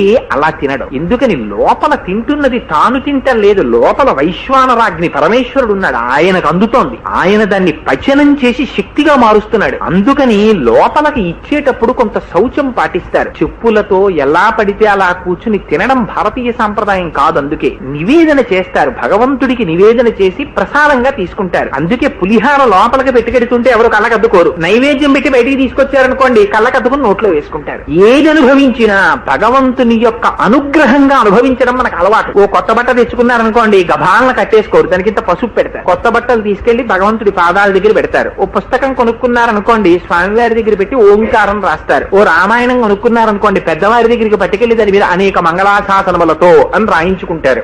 ఏది చేసినా భగవంతుని యొక్క అనుగ్రహంగా అనుభవిస్తాడు. అందుకని ప్రసాదం అవుతుంది. ఇందులో అపారమైన భక్తి. నిజంగా భగవంతుడు తింటాడా అన్న లాజిక్ మీరు పెట్టుకున్నారనుకోండి, అసలు నైవేద్యమే పెట్టమానేస్తారు. మా ఇంటికి వచ్చాడు పరమాత్మ తింటాడన్న భక్తి మీకుందనుకోండి, మీరు నివేదన చేస్తారు. నివేదన చేస్తే ఆయన నిజంగా తింటాడు పరమాత్మ. మీకు ఆ ప్రీతి ఉన్నదా, ఆయన వచ్చి తింటాడు పెట్టినటువంటి పదార్థాన్ని. దీనికి కావలసింది మీకు ఇక్కడ భక్తి ఉందా లేదా. ఈ భక్తి లేదనుకోండి, మీరు ఎంత పట్టుకొచ్చి అక్కడ పెట్టండి, ఆయన దాని వంక కన్నెత్తి చూడడు. ఆయన చెప్పేశాడు భగవద్గీతలో. ఇవన్నీ నా సొంతంగా నేనేం చెప్తున్నాను అనుకుంటున్నారేమో. పత్రం పుష్పం ఫలం తోయం యోమే భక్త్యా ప్రయచ్చతి అని చెప్పాడు. నువ్వు పత్రమి, ఫలమి, పుష్పమి, నీళ్ళి ప్రీతితో ఇవ్వకపోతే నేను ముట్టుకోను. ఎందుకని? ఇవన్నీ నావి, నేను సృష్టించాను. నావి నాకిచ్చేటప్పుడు ప్రీతిగా ఇవ్వాలి. మొహం ఏదోలా పెట్టుకుని ఏదో విడిగి పెట్టకపోతే చిన్నబుచ్చుకుంటాడన్నట్టుగా పెడితే నేను పుచ్చుకోను అన్నాడు ఆయన. ఆ ప్రీతిగా ఇచ్చేటప్పుడు మంత్రం చేత కాకపోయినా సరే ప్రీతిగా పెట్టాడా తింటాడు, ప్రీతి లేదా ఆయన ముట్టుకోడు. అందుకే నైవేద్యం దగ్గరికి వెళ్ళేటప్పటికి మాత్రం మంత్రం అంత జాగ్రత్తగా చెప్తారు. గబగబ గబగబ పెట్టరు నైవేద్యాన్ని. ఓం ప్రాణాయ స్వాహ, ఓం అపానాయ స్వాహ అని నైవేద్య మంత్రం చెప్పి, స్వామి గబగబా తినకు, వెక్కిళ్ళు వస్తాయేమో అని మధ్య మధ్య పానీయం సమర్పయామి అని ఇంట్లో మీరు పిల్లలకి భోజనం పెడుతున్నారనుకోండి, లేకపోతే ఇంట్లో యజమానికి భోజనం పెడుతున్నారనుకోండి, ఆయన గబగబా తినేస్తున్నాడు అనుకోండి, ఆ దిక్కుమాల ఆఫీసు రోజు ఉండేదే, అలా గబగబా తినేకండి, వెక్కిళ్ళు వస్తాయి, మళ్ళీ గుడ్డల్లో నెప్పెడుతుంది, మీ ఆఫీసులో సరైన నీళ్లు ఉండవు, మెల్లిగా తినండి అంటుంది భార్య. ఎందుకంటుంది ఆ మాట? భర్త పట్ల ప్రీతి ఉంది కాబట్టి. ఆయన గబక్కని తింటూ డెక్కెట్టింది అనుకోండి, గబగబా మంచినీళ్లు తెచ్చి మంచినీళ్లు తాగండి కాసిన అంటుంది. భగవానుడికి మీరు పెట్టే నివేదనలో కూడా ఇవన్నీ పెట్టారు పెద్దలు. మధ్య మధ్య పానీయం సమర్పయామి, స్వామి కొంచెం నీళ్లు తాగండి, తాగారా ఇప్పుడు మీకు ప్రశాంతంగా హాయిగా తిన్నారా, మిగిలింది కూడా తినండి. అమ్మయ్య తిన్నారా స్వామి అంటే ఆయన తినే వరకు ఏమండి నేను భోజనం చేస్తే అరగంట తింటాను, నేను కూర్చోవాలా అలాగా అని అనుకోక్కర్లేదు. ఆ పదార్థము స్వీకరించబడిన భావన ఇక్కడ కలగాలి. కలిగి ఆయన బంగారు పాత్రతో నీరు తాగి సుఖంగా కూర్చున్నట్టు మీరు భావన చేశారనుకోండి, భోజనం ఎక్కడైనా చేస్తే కాళ్ళు కడుక్కోవాలి. అందుకని మళ్ళీ హస్తయో అర్ఘ్యం సమర్పయామి, అన్నం తినేసి ఇంగిలి చేత్తో బయటికి వెళ్ళిపోం కదా. ఇప్పుడంటే కాగితం ముక్కలకు తుడుచుకునే అలవాటు వచ్చింది, అది మన సాంప్రదాయం కాదు కదా. అందుకని చేతులు కడుక్కుంటాడు. అందుకని హస్తయోహ అర్ఘ్యం సమర్పయామి, పాదయోహ పాద్యం సమర్పయామి, మళ్ళీ కాళ్ళు కడుక్కుంటాడు. కడుక్కుని అప్పుడు వచ్చి హాయిగా స్వామి సుఖంగా కూర్చున్న తర్వాత తాంబూలం సమర్పయామి అని తాంబూలం ఇస్తాడు. ఆ తాంబూలం ఇచ్చేటప్పుడు కూడా అందులో పెట్టవలసినటువంటి పదార్థాలు కూడా కొన్ని ఉన్నాయి. జరదా కిళ్ళీలు ఇలాంటివి ఇవ్వచ్చా అండి భగవంతుడికి అని అడుగుతారేమోనని వాళ్ళు జాగ్రత్త పడ్డారు. ముక్తా చూర్ణేన సంయుక్తం తాంబూలం ప్రతిగృహ్యతాం అని ముత్యం కాల్చిన గుండ అందులో వెయ్యాలి. కానీ నిజంగా మనం అవన్నీ చేస్తామా? మంత్రం అంటే చెప్పేస్తాం, ఆయన చెప్పేస్తూ ఉంటాడు ముక్తా చూర్ణేన సంయుక్తం తాంబూలం ప్రతిగృహ్యతాం. అసలు మొదళ్ళెగ్గిల్లాం, ఎంత దారుణం. అసలు తాంబూలం ఇచ్చేటప్పుడు పుచ్చుకునేటటువంటి వారి వైపుకి కొసలు ఉండాలి. ఎవరికైనా మనం ప్రీతితో తాంబూలం ఇచ్చామని గుర్తేమిటంటే మొదళ్ళు చివళ్ళు తుంపి తాంబూలం ఇవ్వాలి. మీరు చాలా ప్రీతితో తాంబూలం ఇస్తున్నారనుకోండి, భర్తకి తాంబూలం ఇచ్చేటప్పుడు మొదళ్ళును చివళ్ళు ఉండిపోయేటట్టుగా ఒక్కప్పుడు వేసేసి ఆయన చేతిలో పెట్టకూడదు. భర్త ఎదురుగుండా ఉన్న దైవం, ఆయనకి తాంబూలం ఇస్తే మొదళ్ళు తుంపాలి, చివర్లు తుంపాలి, తుంపి ఒక్క వేసి ఆయన చేతిలో పెట్టాలి. అప్పుడు తక్షణం స్వీకరిస్తారు దాన్ని. ఆ తాంబూలం చేత తిన్న పదార్థం అరుగుతుంది, మళ్లీ మళ్లీ తినడానికి కావలసిన దంత సౌష్ఠవం ఉంటుంది. అందుకని దంతాల బలం కోసం, జీర్ణం అవడం కోసం తాంబూలం. ఆయన మళ్లీ మళ్లీ మీ ఇంటికి వచ్చి తినాలి, ఆయన సుఖంగా సంతోషంగా ఉండాలన్న ప్రీతి మీకు ఉండడమే భక్తి. ఆ భక్తి ఉంటే తాంబూలం ఇవ్వాలి. తాంబూలం ఇస్తే ఏమవ్వాలి? మీకు కనపడాలి నోరు, ఎర్రటి నోరు కనపడాలి. కనపడితే మీకు బెంగ రావాలి. అప్పుడు రావాలట బెంగ. పిల్లలకి అమ్మ ఏం చేస్తుందంటే అన్నం పెట్టేస్తుంది. అన్నం పెట్టేసేటప్పుడు ఎవరో వస్తారు, తలుపు కొడతారు. ఏంటండి మీ అబ్బాయికి అన్నం పెడుతున్నారా అంటారు. అంటే గబోబా అమ్మ పిల్లాడిని కంచాన్ని పట్టుకుని పెరట్లోకి వెళ్ళిపోతుందా? ఏమీ తెలియనట్టు వాళ్ళు ఎదురుగుండా అన్నం పెట్టేస్తుంది. ఇవన్నీ మీరు చెయ్యనివి కావు. ఒక్కసారి ఆలోచించండి. వాళ్ళు ఎదురుగుండా అన్నం పెడతారు, కానీ వాళ్ళు వెళ్ళిపోగానే మీకు బెంగ మనసులో. వాళ్ళ దృష్టి మంచిది కాదు, వాళ్ళు వచ్చి చూసేశారు, మీ వాడు ఇంత పప్పు అన్నం తింటాడేంటి, మా పిల్లలు తినరండి బాబు ఇలాగా, చక్కగా మీ పిల్లాడికి ఇలా నోట్లో పెడితే గుటుక్కని మింగేస్తున్నాడు, మా పిల్లలతో 3 చెరువులు నీళ్లు తాగాలంటుంది ఆవిడ. ఈవిడికి బెంగ, ఏమిటో పిల్లాడిని అలా అంది అని 30 ముద్దలు తీసి దిగదుడిచి అవతల ఆరేసి వాడికి మూతి కడిగి ఇన్ని కడిగి మీరు పంపించట్లా. ప్రీతి ఉంటే, మీకు నిజంగా ప్రీతి ఉంటే, భక్తి ఉంటే ఇది పరీక్ష. వాడికి కాదు చేస్తున్నది పూజ, మీరు చేస్తున్న పూజ యందు మీకు నిబద్ధత ఉందా లేదా, ప్రతిరోజు మిమ్మల్ని మీరు పరీక్షించుకోవడం పూజ. నిజంగా నిజంగా మీకు ఆర్తి ఉంటే మీరు తాంబూలం ఇచ్చాక మీకు భగవద్ దర్శనం అవ్వాలి. ఎర్రటి నోళ్లతో ఇద్దరు కనపడాలి. వాళ్ళిద్దరూ అసలే సౌందర్య రాశులు. లక్ష్మీనారాయణులు అంటే మాటలా. నీలతోజిత మధ్యస్థ విద్యుల్లేకే భువాస్వర అన్నట్టుంటారు వాళ్ళు. మేఘం మెరుపుతో కలిసిందనుకోండి ఎంత అందంగా ఉంటుంది, అలా ఉంటారు వాళ్ళిద్దరు. వాళ్ళు ఎర్రటి నోళ్లతో కనపడ్డారనుకోండి చిరునవ్వు నవ్వుతూ, మీకు ఇక్కడ బెంగ వచ్చేస్తుంది. స్వామి నా కళ్ళంత మంచివి కావు, నేను పూజ చేసేశాను, ఆపాదమస్తకం చూసేశాను, ఈ పదార్థాలన్నీ తినమని పెట్టేశాను, నువ్వు తినేశావు, తాంబూలం ఇచ్చాను వేసేసుకున్నావు, ఇంత అందం చూసేశాను స్వామి, తీరా నేను లేచి వెళ్ళిపోయిన తర్వాత నీకు ఒళ్ళు కొంచెం వేడెక్కుతుందేమో, జ్వరం వస్తుందేమో స్వామి, నా కళ్ళంత మంచివి కావయ్యా అని బెంగ పెట్టేసుకుని పూజ మొదలెట్టినప్పుడు ఏం చెప్తారు? ధర్మార్థ కామ మోక్ష చతుర్విధ బల పురుష, 2 గంపల కొడుకులు, 3 గంపల మనవలు, 4 గంపల ముని మనవలు, 5 గంపల ఇను మనవలు, ఇంటి నిండా వచ్చే బంధువులు వెళ్లే బంధువులు, వీడింటి పక్కన ఎప్పుడు కుక్కలు కాకులు విస్తళ్ల కోసం పోరాడుకోవాలి, వీడింట్లో రోజు 100 విస్తళ్లకి తక్కువ కాకుండా భోజనాలు ఉండాలి అని చెప్పి నీ ఇల్లు నేలగట్ట అని అద్భుతమైనటువంటి పాట రాశాడు మహానుభావుడు ఒక ఆయన. నేను ఆ పాట విని ఆశ్చర్యమైన, ఎంత గొప్ప పాట రాశాడు రా నిజంగాను అని చెప్పేసి, అందులో ఏదో ఆ బాబు నీ నోట బెల్లమ్ము కొట్ట అని తండ్రి ఎప్పుడు అంత సంతోషించాలట, అలా నీ ఇల్లు ఉండాలి అని చెప్పి పొంగిపోతుంది తల్లి. నిజంగా వాడంత వృద్ధిలోకి వచ్చేసాడు అనుకోండి, వాడంత క్షణం తీరిపోలేని పెద్ద ఆఫీసర్ అయిపోయి ఇంటికి ఎప్పుడు అతిథులు వచ్చి 50 మందికి కోడలు వండి పెట్టి చేస్తోంది అనుకోండి, ఆ అమ్మ ఏం చేస్తుంది? ప్రతి క్షణం బెంగే. కూర్చోమంటే కూర్చోడు, ఇలా తిరుగుతూ ఉంటాడు, క్షణం ఖాళీ ఉండదు, అన్నం తిన్నివ్వరు వాణ్ణి, అస్తమానం వచ్చేస్తుంటారు, అది ఓహో కళ్ళు ఒత్తేసుకుంటుంటుంది. ఆశీర్వచనం చేసావు చిన్నప్పుడు, మరి నువ్వు చేసిన ఆశీర్వచనం ఫలించింది, వాడు ఇంత వాడయ్యాడు, ఇప్పుడు కళ్ళు ఒత్తుకుంటావు ఎందుకు? ప్రేమ చేత ఉండలేక, ఏమిటో బాబు రే 2 రోజులు నువ్వును అమ్మాయి కలిసి ఎక్కడికన్నా ఏ తిరుపతితో వెళ్ళిపోండి, నేను చూడలేకపోతున్నాను, ఏమిట్రా ఇది అన్నం కూడా తిన్నివ్వరు నిన్ను అంటుంది అమ్మ. ఆ మాట అమ్మ అన్నం నీ ఐశ్వర్యాన్ని భరించలేక అందా, ఇంత ఐశ్వర్యంలో నువ్వు అన్నం తినలేకపోతున్నావు అని బెంగ పెట్టుకునిందా, ఇంత ఐశ్వర్యంలో కొడుకు అన్నం తినలేకపోతున్నాడన్న బెంగ అమ్మకి. ఇది అమ్మ మనసు ఎంత ఆర్ద్రమో, పూజలో నీరాజనం దగ్గర మీ మనస్సు అంత ఆర్ద్రం అయిపోవాలి. అయ్యో స్వామి నీకు నైవేద్యం పెట్టేశాను, తాంబూలం ఇచ్చేశాను, నీళ్లు తాగేశావు, కాళ్ళు కడుక్కున్నావు, చేతులు కడుక్కున్నావు, ఆ నీళ్లు తాగేశాను, నా దృష్టి మంచిది కదయా, కనురాపు తగిలిందేమో, నీకు ఒళ్ళు వేడెక్కుతుందేమో స్వామి, నాకు బెంగగా ఉందని ఆయనకి దృష్టి తీసేస్తారు. తీసేయడానికని కర్పూరం వేసి మంత్రం తిరగబడిపోతుంది అక్కడికి వచ్చేటప్పటికి. అప్పటి వరకు ఏమంటారు? నాకు ధర్మార్థ కామ మోక్ష చతుర్విధ బల పురుషార్థ సిద్ధ్యర్థం నాకు ఇవన్నీ అన్న వాళ్ళు నీరాజనం దగ్గరికి వెళ్ళేటప్పటికి శ్రీహకాంతాయ కళ్యాణ నిధయేర్దినాం శ్రీ వెంకట నివాసాయ శ్రీనివాసాయ మంగళం. స్వామి శ్రీనివాస నీకు మంగళం అగుగాక.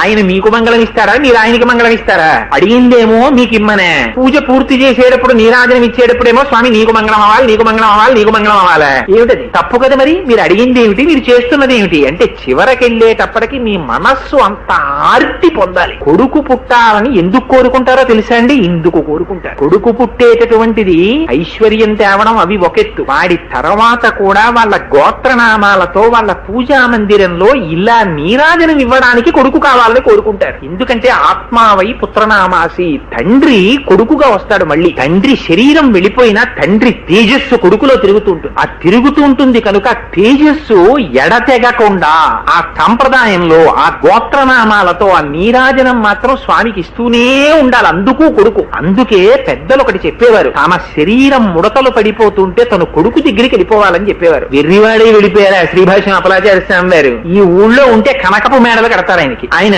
ఇప్పటికీ చెప్తుంటారు నాతో చాలా మంది, అప్పలాచార్య స్వామి వారిని ఉండమన్నామండి, కాకినాడలో ఇళ్లు పెట్టిస్తామన్నాం, మేడలు కట్టిస్తామన్నాం, ఉండండి అంటే ఉండకుండా వెళ్ళిపోయారండి. ఆ కొడుకు దగ్గరికి వెళ్ళిపోయారు. ఎందుకు వెళ్ళిపోయారు? శాస్త్రం తెలుసున్నవాడు కనుక వెళ్ళిపోయాడు. కొడుకు దగ్గర ఉండాలి. అధమం చావు, కొడుకు దగ్గర చచ్చిపోయిన చావు, కాశీలో చావు. తను ఎంత ఐశ్వర్యంలో ఉండి చచ్చిపోయినా కుక్క చావు. అందుకని ఉండకూడదు వృద్ధాప్యంలో. వృద్ధాప్యం వచ్చేసిన తరువాత కొడుకుయే ఆశ్రయణీయము. శాస్త్రం అంతా ఖచ్చితంగా చెప్పేసి కొడుకు దగ్గరే ఉండాలి. కొడుకుతో తగు వచ్చిందన్న మాట రాకూడదు. కోడలితో అభిప్రాయ భేదం వచ్చిందన్న మాట రాకూడదు. ఆ మాట అంటే మీ సంస్కారం పోయినట్టు. ఎందుకని అంటే తద్దినం పెడితే కూతురికి హక్కు లేదు. ఎందుకంటే ఆవిడ ఆడపిల్ల, వేరొకడికి అన్నం పెట్టడానికి ఆవిడ వచ్చింది, గుర్తుపెట్టుకోండి. ఈవిడ దీపం పెడితే వేరొకడు వచ్చి తింటాడు. ఇక్కడ మీకు అన్నం ఊర్ధ్వలోకాల్లో పెట్టగలిగింది, మమ్మల్ని ఉద్ధరించగలిగింది వేరొక చోట పుట్టింది. ఆవిడకి గుర్తేమిటంటే అది సత్యం అని చెప్పడానికి ఆవిడ మెళ్ళో మీకు కొడుకేస్తున్నాడు 3 ముళ్ళు. అందుకని కోడలు పరమ ప్రీతి పాత్రంగా చూస్తాడు మామగారు. అంత ప్రేమతో కోడల్ని చూస్తాడు, అంత ప్రేమతో అత్తగారు చూస్తుంది. ఆ కోడలు కూడా అందుకే అత్తమామల యొక్క యశస్సుని నిలబెట్టడానికి చూస్తుంది. అందుకే పెళ్ళైన ఆడపిల్లని అమ్మ మీరెవరు అని అడిగితే భర్త పేరు చెప్పరు. రామాయణంలో సుందరకాండలో సీతమ్మ చూపించింది పృథివ్యా రాజసింహానాం ముఖ్యస్య విదితాత్మనః అని దశరథ మహారాజు గారి కోడలని చెప్పింది. ముందు మామగారి పేరు చెప్పుకుంటారు. అందుకని కనురాపు తగిలిందేమో స్వామి, దృష్టి దోషం తగిలిందేమో అని బెంగ పెట్టుకుని నీరాజనం ఇస్తారు. ఈ నీరాజనం ఇవ్వడంలో 2 రహస్యాలు. ఒకటి పరమ భక్తితో ఇచ్చేటటువంటిది నీరాజనం. 2 కర్పూరానికి ఒక్కదానికి ఒక శక్తి ఉంది. సాధారణంగా ప్రపంచంలో ఏదైనా సరే ఘనస్థితి నుంచి వాయుస్థితిని పొందేటప్పుడు మధ్యలో ద్రవస్థితిని పొందుతుంది. అంటే కొంచెం సేపు నీరు అవుతుంది, తర్వాత వాయువు అవుతుంది. చాలా సేపు ఘనం కాలి ద్రవమై వాయువు అవుతుంది. పైగా తన స్థితి కొంత ఉండిపోతుంది. మీరు ఒక కర్రని కాల్చేశారనుకోండి, కర్ర బొగ్గుగా మిగిలిపోతుంది తప్ప కర్ర ఇక కనపడకుండా అదృశ్యం అయిపోదు. కర్పూరాన్ని మీరు తీసుకెళ్లారనుకోండి, కర్పూరానికి అగ్నిహోత్రం తగిలితే శుద్ధ సత్వం తెల్లగా ఉంటుంది నీరాజనం. పైగా అది కాలుతుంటే దాంట్లోంచి వచ్చేటటువంటి సువాసన చేత ఇంట్లో ఉండకూడనటువంటి బ్యాక్టీరియా నశిస్తుందని సైన్స్ ఒప్పుకుంది. పైగా ఆ నీరాజనం ఇంట్లో భగవంతుడికి ప్రతిరోజు ఆరాధనలో ఉపయోగిస్తే దాంట్లోంచి వచ్చేటటువంటి వాసన చేత ఊపిరితిత్తులకు బలం వస్తుంది. ఆ కర్పూరం తెల్లగా ఉంటుంది. అది వెలిగేటప్పుడు నీరుగా చాలా తక్కువ సేపు ఉంటుంది. మీరు కావాలంటే కర్పూరం వెలిగించినప్పుడు చూడండి, కొంచెం నీళ్లుగా అవుతుంది, అయి కదులుతుంది ఇలాగా. కానీ మీకు అలా కాసేపు చూడడానికి ఉంటుందంటే అయిపోయిన తర్వాత మళ్ళీ నీరు కనపడదు, వాయువు అయిపోతుంది, అవశేషం మిగలదు. మీరు దేన్ని కాల్చండి అవశేషం మిగులుతుంది పృథ్వీలో. ఓ చెట్టు కాల్చండి బొగ్గు ఉంటుంది, ఓ కాగితాన్ని కాల్చండి కాగితం కాలిపోయి నల్లటి పొర కింద ఉండిపోతుంది. కర్పూరాన్ని కాల్చండి శేషం ఉండదు, వాయువులోకి వెళ్ళిపోతుంది. అంటే స్థూల దశ నుంచి ఈ శరీరంలో ఉన్నటువంటి నేను ఇంత వయసు అయిపోయింది కనుక ఇప్పుడు ఇటువంటి పూజ చేస్తున్నాను కనుక నేను నిన్ను చేరుకోవడానికి కావలసినంత పూజ చెయ్యగలిగినంత సమయం ఇక నాకు లేదు. అంత అర్చన నీ చెయ్యలేను, ఆర్తి పొంది ఉన్నాను. ఈ కర్పూరం ఎలా వాయుస్థితిని పొందేసిందో అలా నేను నీవైపోదునుగాక, నీకన్నా భిన్నము కాని స్థితిలో నేను నిలబడిపోయేదనుగాక అని కోరుకుంటాడు. అందుకని నీరాజనం అంత శక్తివంతం. మిగిలిన ఉపచారాల్లో చేసినవి ఏవి మీకు పట్టుకొచ్చి మళ్ళీ ఇవ్వరు. కానీ నీరాజనం ఇచ్చారనుకోండి, అది ఎవరో పూజ చేయించుకున్నా సరే హారతిస్తే మాత్రం అందరికీ తీసుకొచ్చి ఇస్తారు, కళ్ళకద్దుకుంటారు. ఆ స్థితిని అందరూ అడగవలసింది. అందుకని నీరాజనం కళ్ళకద్దుకుంటారు. కళ్ళకద్దుకున్న తర్వాత మంత్రపుష్పం. ఈ మంత్రపుష్పం జ్ఞానం. అందుకే భగవద్గీతలో ఈ రహస్యం చెప్పేస్తాడు 7వ అధ్యాయంలో కృష్ణ పరమాత్మ. నా భక్తులు 4 రకాలున్నారయ్యా అంటూ ఆర్తి, అర్ధార్థి, జిజ్ఞాసువు, జ్ఞానీచ భరతర్షభ అన్నాడు. కోరికలు కోరుకునేవాడు, వాడికి ఏమైనా బెంగొస్తే పూజ చేసేవాడు. ఈ 2 రకాలు కూడా కామ్యంతో చేస్తారు. వీళ్ళు ఎలాంటి వాళ్ళంటే ఎప్పుడైనా డబ్బు అవసరం వస్తే నాన్నగారికి ఫోన్ చేసే రకాలు, తప్పితే ఉత్తప్పుడు నాన్నగారు అక్కర్లేదు వాళ్ళకి. ఇంకో 2 రకాలు ఉంటారు. ఆ 2 రకాలు ఏమిటంటే, ఒకడు జిజ్ఞాసు. ఏదో భగవంతుడు అంటారు, కోటేశ్వరారు అసలు ఈ అర్చన గురించి పుస్తకాలు ఏమైనా ఉంటాయా అండి అని అడుగుతుంటాడు. ఒక్కొక్కడు తెలుసుకోవాలన్న కుతూహలం మొదలవుతుంది వాడికి జిజ్ఞాసు. వాడికి ఏం కోరిక ఉండదు. అది చదివితే మా అబ్బాయికి ఉద్యోగం వస్తుందా అండి అని అడగడు, చదివి తెలుసుకోవాలనుకుంటున్నానండి అంటాడు. ఈ స్థితిని పొందడం గొప్ప విషయం. అసలు ఆ స్థితి రాదు. ఎవరికైనా వచ్చిందనుకోండి, వాడు ఉన్నతిని పొందుతున్నాడని గుర్తు. ఏమండి పూజ ఇలా చెయ్యొచ్చా అండి, ఇలా చెయ్యినా అండి అని అడుగుతున్నారు అంటే దాని ఎందుకు కోరిక లేకుండా చేస్తున్నారంటే వాడు పెరుగుతున్నాడు. జిజ్ఞాసు. 4వ వాడు జ్ఞాని. జ్ఞాని భగవంతుడై నిలబడిపోతాడు. వాడికి భగవంతుడి కన్నా వేరొకటి లేదు. ఆ జ్ఞానమే మంత్రపుష్పం. అందుకే మంత్రపుష్పం చెప్పేటప్పుడు మీకు ఒక విచిత్రం చేస్తారు పూజలో. మీరు సత్యనారాయణ వ్రతం అంతా చేసేసారనుకోండి, చేతికి మీకు 2 అక్షతలో 2 పువ్వులు ఇచ్చి నిలబడమంటారు. నిలబడమన్న తర్వాత వచ్చినటువంటి బ్రాహ్మణులందరూ నిలబడి మంత్రపుష్పం చదువుతారు. ఏమిటి మంత్రపుష్పం చెప్పండి నాకు. మీరు ఎప్పుడైనా మంత్రపుష్పం అసలు ఏమిటండి అని మీరు అడిగారు అనుకోండి, అక్కడ వస్తుంది పేచీ అంతా. వాళ్ళు చేతిలోకి ఇచ్చి ఒక మంత్రం ఒకటి 2 పక్షాల కింద విడిపోయి గట్టిగా చదవడం మొదలెడతారు. ఓం ధాతా పురస్కాద్యముదాజహారాహస్యక్ర ప్రవిద్వాం అని మొదలెడతారు. ఇది నాణ్యపంధాయనాయ విద్యతే, ఇది తప్ప వేరో మార్గం లేదు. ఏమిటి ఇంకో మార్గం లేదు అసలు, ఇది తప్ప ఇలా పట్టు ఇలా నిలబడి ఇలా చేయడం తప్ప ఇంకో మార్గం లేదు అంటున్నాడు. ఇప్పటిదాకా చేసిన ఏవి కావదంటున్నాడు. ఏమిటిట ఇంత చేసిన తర్వాత మీరు ఎదురుగుండా సత్యనారాయణ స్వామి వారి పెట్టుకుని ఇంతసేపు పూజ చేశారు. మీరు ప్రదక్షిణం చేయవలసి వస్తే ఎవరికి చెయ్యాలి ప్రదక్షిణం? ఆయనకి చెయ్యాలి మంటపం చుట్టూ. కానీ మంత్రపుష్పం చెప్పేసిన తర్వాత మీకు మంత్రపుష్పం చెప్పి పూజ చేయించిన పౌరోహిత్యుడు అంటాడు ఆత్మ ప్రదక్షిణం చేయండి అంటాడు. మీ చుట్టూ మీరు తిరగండి అంటాడు. మనం ఏం చేస్తాం? ఏదో యాని కాని పాప అని జన్మాంతర కృతాని అంటూ మన చుట్టూ మనం 3 మాటలు తిరుగుతాం. మీరు భగవంతుడు చుట్టూ తిరగాల, మీ చుట్టూ మీరు తిరగాల? మీ చుట్టూ మీరు తిరుగుతారు. తిరిగి పైగా ఈ పూలు అటు వచ్చి ఆయన మీరు పెట్టేస్తారు. మంత్రపుష్పం సమర్పయామి అని అంతా అయిపోయింది స్వామి, మంత్రపుష్పం చెప్పేశాడంటే పూజ అయిపోయిందని గుర్తు. మంత్రపుష్పం చెప్పేసి అనయాధ్యానావాహనాలు షోడశోపచార పూజ్యాత భగవాన్ సర్వాత్మ సర్వంశ్రీ ఉమామహేశ్వర బ్రహ్మార్పణమస్తని అక్షతలు నీళ్లు విడిచిపెట్టేస్తాడు. ఆ విడిచిపెట్టడం కూడా ఇలా పోసి ఇలా విడిచిపెట్టేయాలంటే ఇలా ఇలా ఇలా చల్లుతూ ఉంటారు కొందరు. అలా చల్లకూడదు, ఇలా నీరు విడిచిపెట్టేయడమే. ఉండిపోతే బట్టకు తుడి చేసుకోవాలి, అందుకు ఉత్తరీయం ఇలా తీసి తుడి చేసుకోవడానికి. అంతేగాని అవన్నీ ఓహో ఇలా జల్లేయమని కాదు. అందుకని ఆ నీళ్లు విడిచిపెట్టేస్తాడు. మరి మంత్రపుష్పానికి ఎందుకంత శక్తి? అందులో రహస్యం చెప్పారు. ఇప్పటిదాకా అదిగో అక్కడున్నాడని పూజ చేసావు కదా, వాడు అక్కడ లేడురా. అసలు రహస్యం అసలు వాడు ఎక్కడున్నాడో తెలుసా? ఇక్కడున్నాడు. నీ వారస్సుకవత్తన్వి పీతాభాస్వత్యనూపమా.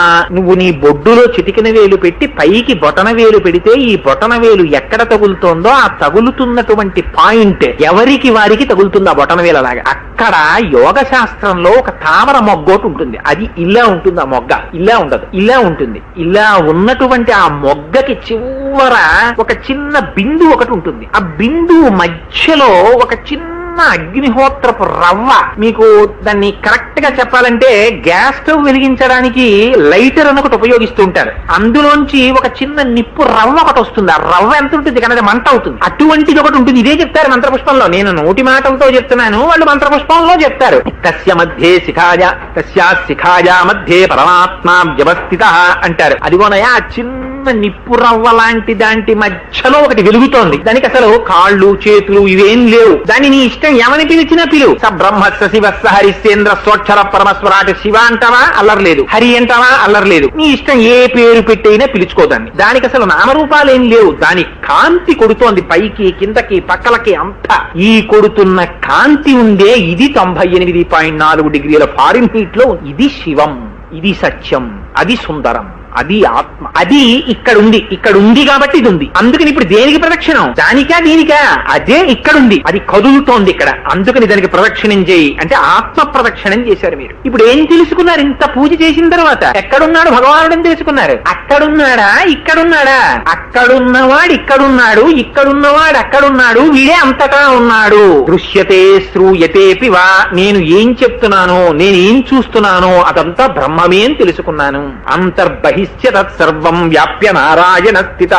నా లోపల నారాయణుడున్నాడు, నా బయట నారాయణుడున్నాడు, అంతటా నారాయణుడే ఉన్నాడు. అసలు నారాయణుడు తప్ప వేరొకటి నాకు కనపట్టలేదంటున్నారు. ఇప్పుడు మీరు ఎక్కడ కూర్చుని పూజ చేస్తే ఇబ్బంది వచ్చింది చెప్పండి? ఇప్పుడు ఏం చేస్తాడంటే ఈ పూజా మందిరంలో కొన్నాళ్ళు చెయ్యగా చెయ్యగా చెయ్యగా చెయ్యగా చెయ్యగా మానస పూజలోకి వెళ్ళిపోతాడు. వెళ్ళిపోతే వాడు తిరుపతి ప్యాసింజర్ ఎక్కి వెళ్ళిపోయినా వాడికి ఏమి ఇబ్బంది ఏం రాదు. వాడు అక్కడ కూర్చున్నా వాడికి ఇక్కడ మనసు ఉండాలి గాని వాడు పూజ చేసుకుంటాడు. ఎందుకని? వాడికి నాలుక మీద ఉందనుకోండి, వాడు హాయిగా కూర్చుని గంగానదికి వెళ్లి స్నానం చేసేసి ఎదురుగుండా సీట్లో కూర్చున్నవాడు వీడు కునుకుతున్నాడు అనుకుంటాడు. కానీ వాడు మానస పూజలో కాశీ వెళ్ళిపోతాడు. వెళ్లి గంగానదిలో స్నానం చేస్తాడు. స్నానం చేసి విశ్వేశ్వరుని యొక్క మందిరంలోకి ఎడతాడు. మీకు మానస పూజలో ఉన్న గొప్ప రహస్యం ఏమిటో తెలుసా అండి? మామూలు పూజలో ఒక క్షణం మనసు నిలబడితే 1,000,000 పూజల ఫలితం. మానస పూజ మొత్తం మానస పూజ. అక్కడ మీరు బయటికి వెళ్ళక్కర్లేదు, బజార్ వెళ్ళక్కర్లేదు, అగరత్తులు తెచ్చుకోక్కర్లేదు, కర్పూరం తెచ్చుకోక్కర్లేదు. అంటే ఎగ్గొట్టేయడానికి మానస పూజ చేయమని కాదు నా ఉద్దేశం. ఏమీ అక్కర్లేదు. మామూలు పూజ చేసేటప్పుడు ఫోన్ వస్తుంటుంది, మామూలు పూజ చేసేటప్పుడు ఎవరో వస్తుంటాడు.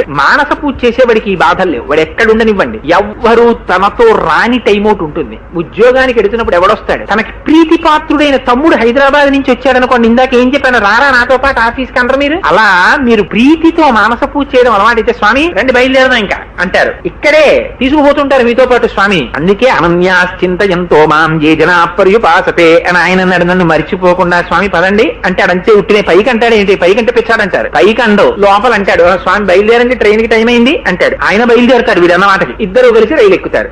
కూర్చోండి అంటాడు. వీడు కూర్చుంటాడు, ఆయన కూర్చుంటాడు. వీడు నించుంటే ఆయన నించుంటాడు. వీడు నించోవాలి, ఆయన కూర్చోవాలి కాబట్టి వీడికి సీట్ ఉంటుంది. అదో విచిత్రం. అందులో ఆయన కూర్చుంటాడు. ఇక వీడు కూర్చుని పూజ మొదలెడతాడు. కూర్చుంటాడు, కాశీ వెళ్ళిపోతాడు. మానసికంగా టిక్కెట్ ఏమిటి దానికి వెళ్ళేది నిడదవో వెళుతూ ఉంటుంది. అంటే నేను చేస్తున్నాను అనుకోక మహాప్రభు మాటలు చెప్తున్నాను అంతే. కాశీ పెడతాడు, గంగానదిలో స్నానం చేస్తాడు, విశ్వేశ్వర మందిరం మందిరంలో పెడతాడు, హాయిగా శివలింగం పక్కన కూర్చుంటాడు, లేకపోతే తిరుమల పెడతాడు, శ్రీరంగం పెడతాడు, హాయిగా పడుకుని ఉన్నటువంటి ఆ శ్రీరంగనాథుడి యొక్క పాదాల దగ్గర హాయిగా కూర్చుంటాడు పద్మాసనం వేసుకుని. ఇన్ని తులసి దళాలు తెచ్చి అక్కడ పెట్టుకుంటాడు. విశ్వం విష్ణుర్వషత్కారో భూత భవ్య భవత్ప్రభు భూతకృద్భూత వృద్ధావో భూతాత్మా భూత భావన భూతాత్మా పరమాత్మా చ ముక్తానాం పరమాగతి అవ్యయ పురుష సాక్షి క్షేత్రజ్ఞోక్షర ఏవచ అంటుంటాడు. తులసి తీస్తుంటాడు, వేస్తుంటాడు. ఎవరితో గొడవ మీకు? హాయిగా మీ మనస్సులో ఎదురుగుండా ఇలా పడుకున్నటువంటి ఆ శ్రీరంగనాథుడు, ఆయన పాదాలు అటు ఇటు కూర్చున్నటువంటి శ్రీదేవి భూదేవి అమ్మవార్లిద్దరూ ఒత్తుతున్నట్టు,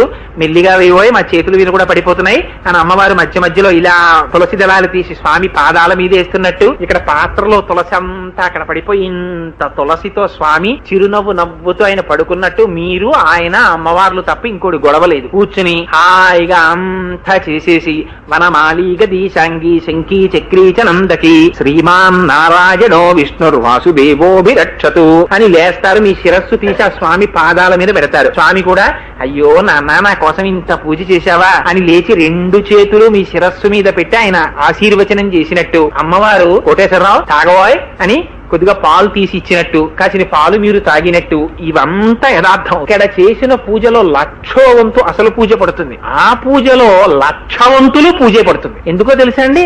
అక్కడ మనస్సు నిలబడింది కనుక. అందుకే శంకరులు వెర్రివారే చెప్పలేదు, రత్నైకల్పిత మానసం హిమజల స్నానంచ దివ్యాంబరం అని. స్వామి అవన్నీ మనస్సుతో సృష్టిస్తున్నాయా, అన్ని తిను, అన్ని తాగు, ఇదిగో అభిషేకం చేసేస్తున్నానన్నారు. ఇక్కడ చెయ్యడం అలవాటైపోయిందా? దేహో దేవాలయ ప్రోక్త జీవో దేవ సనాతన. వాడు నడిచి వెళ్ళిపోతున్నటువంటి దేవాలయం. ఎందుకని వాడు నిరంతరం చేసేస్తూనే ఉంటాడు. జపో జల్ప శిల్పం సకలమపి ముద్రాది రచన అంటారు సౌందర్యలహరిలో శంకరాచార్యులు వారు. వారి నోటి వెంట వచ్చింది వేదవాక్ అవుతుంది. సత్యం వారు పలకడం కాదు, వారు పలికింది సత్యం అవుతుంది. ఎందుకని వాడి నాడీ మండలం అంతా తప్పించిపోయింది. ఎప్పుడు భగవదారాధనే, ఎప్పుడు భగవదారాధనే లోపల జరిగిపోతుంటుంది. పార్ట్ టైం పూజ కాదు, అది ఫుల్ టైం పూజ. వాడు నిద్రపోతున్నా ఆ ఊపిరి కూడా సోహం సోహం అని భగవదారాధన చేసేస్తుంటాడు. అలవాటైపోయింది.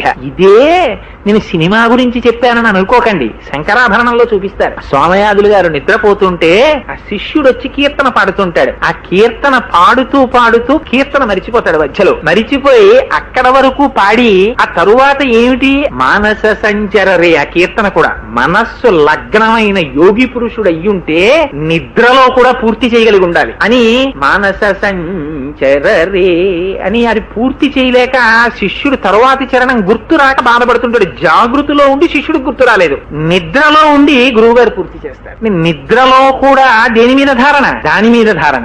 జాగృతిలో ఉండి పొరపాటు పడుతున్నాడు అంటే మనస్సు నిలబట్టలేదు. నిలబడిన మనసు ఎవరిది? నిద్రపోతున్నా నిలబెట్టిన వాడిది. వీడు బ్రహ్మ విద్వరుడు అంటుంది శాస్త్రం. ఆ స్థాయికి పెరుగుతాడు. ఆ పెరగడానికి ఎల్కేజీ పూజ. అందుకని ఈ పూజ మానస పూజకి వెళ్ళాలి. ఆ వెళ్ళిపోతే ఇది కాదు లోనున్న నేనని ఉండిపోతాడు. ఉండిపోతే ఏమవుతుంది?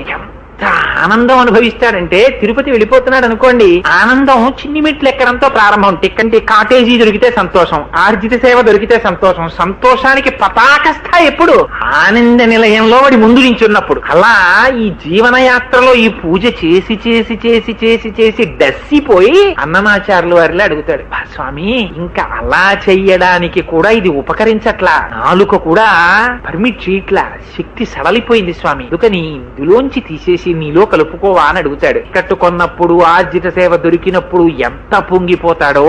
అందుకే శ్రీరంగే శరదశతం సహసుహృద్గర్వేణ నిష్కంటకం నిర్దుఃఖం సుసుఖంచ దాస్యరసికాం భుక్త్యా సమృద్ధిం పరాం యష్మత్పాద సరోరుహాంతరరజస్వామత్వంబాపిత సర్వం ధర్మమపి త్వమేవ భవన స్వీకురకస్మాత్ కృపాం అంటారు శ్రీగుణ రత్నకోశంలో. అమ్మా, నా కడుపున పుట్టిన వాళ్ళు అందరూ ఐశ్వర్యంతో ఉండాలి, ఆనందంగా ఉండాలి. ఇది కోరుకోవలసిన కోరిక. అందుకే పూర్వం ఏమిట్రా ఇంక నీ చేసేదేముందిరా, మీ అందరూ చల్లగా ఉన్నారు, ఇలా ఉంటే చాలనివారు. అది అలవాటు అవుతుంది. అలవాటై ఏమండి మీకు ఫలానా వ్యాధి వచ్చిందండి అని చెప్పాడు అనుకోండి, చాలా సంతోషిస్తాడు. అమ్మయ్య అంటే తిరుపతికి టికెట్ దొరికింది, రిజర్వేషన్, స్వామి దగ్గరికి వెళ్ళిపోతున్నాను అని వాడికి ఎంత ఆనందం.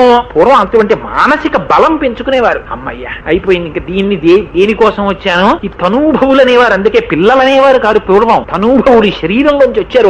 వాళ్ళు సెటిల్ అయిపోయారు. ఆ పిల్లాడికి ఉద్యోగం వచ్చేసింది, ఆ పిల్ల పెళ్లి అయిపోయింది. ఇంకేమిటి నేను చేసేది దీంతో, ఇక దానికి ఉపయోగిస్తాను. ఉపయోగించి ఇది పడిపోవాలి ఒకనాడు. ఇది పడిపోతుంటే అమ్మయ్య దేనికోసం వచ్చిందో దానికి చేసి చేసి చేసి చేసి అరిగిపోయిన గంధపు చెక్కలా, వెలిగిపోయిన నీరాజనంలా, కాలిపోయిన ఒత్తిలా, స్వామి పాదాల మీద వాడిపోయిన పువ్వులా, చిట్ట చివరి శ్వాస ఆ నామం చెప్తూ వాడిలో కలిసిపోతే ఇది నిర్మాల్యమై నిలబడిపోతుంది. ఆ తర్వాత తీసేసిన పువ్వు కళ్ళకద్దుకుని పారేస్తారు. పడిపోయిన శరీరాన్ని మహాత్ముడిగా వెళ్ళిపోయాడురా, ఉన్నన్నాళ్ళు 10 మందికి ఉపయోగపడి వెళ్ళిపోయాడు అని విసిరేస్తారు. ఎప్పటికైనా విసిరివేయబడక తప్పదు. కానీ అలా ఒక్క పూజా పుష్పం అయితేనే కళ్ళకద్దుకు విసురుతారు. ఇంకొక పుష్పం అనుకోండి, వేశ్యతలలో ధరించిన పుష్పం అనుకోండి, దాన్ని కళ్ళకద్దుకోరు. బతికున్నన్నాళ్ళు దీని భోగం కోసం చూసిన వాడు అనుకోండి, ఇప్పుడు కళ్ళకద్దుకోబడడు. అందుకని ఇది ఎలా ఉపయోగపడాలో చివరి సంస్కారం అంచేష్టి సంస్కారం. 16 సంస్కారాల్లో పూజలో 16వది మంత్రపుష్పం. అది పరమాత్మగా నిలబడిపోవడం, అది సోహం.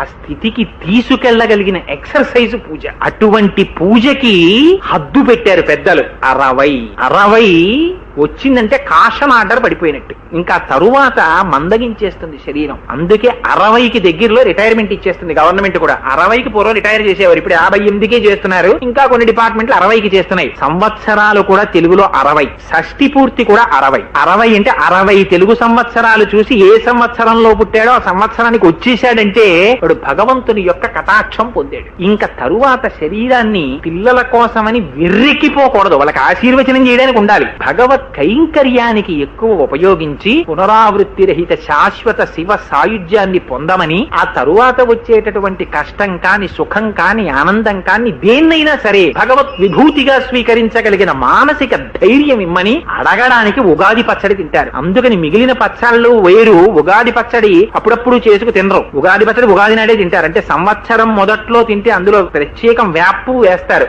వేప చెట్టు కూడా ఎవరు నేర్పారో ఈ ఉగాదికే పువ్వు పూస్తుంది. ఆ చేదు కలుపుకుంటారు, పులుపు కలుపుకుంటారు, తీపి కలుపుకుంటారు, వగర కలుపుకుంటారు, అన్ని కలుపుకు తింటారు. ఏమిటి దాని అర్థం? ఎప్పుడు భగవానుడు మీ వెనకాతల బంట్రోతులా వచ్చి అస్తమానం సుఖాలు కల్పించమని అడగకూడదు. కష్టం వచ్చినా పూర్వజన్మలో చేసినది ఈ జన్మలో అనుభవించాలి. కానీ వాడు ఎంత దయామయుడు, అనుభవించగలిగిన ధైర్యాన్ని ఇస్తున్నాడు. స్వామి ఈ ధైర్యం ఇలాగే ఉండని, నా మనస్సుకి ఆ నా మనస్సుకి ఏది రాని ఇది నీ కృప, నీ విభూతి అని అనుభవించగలిగిన ధైర్యాన్ని అని అడిగి వాడి పాదముల నుంచి తప్పుకోకుండా ఉండాలి.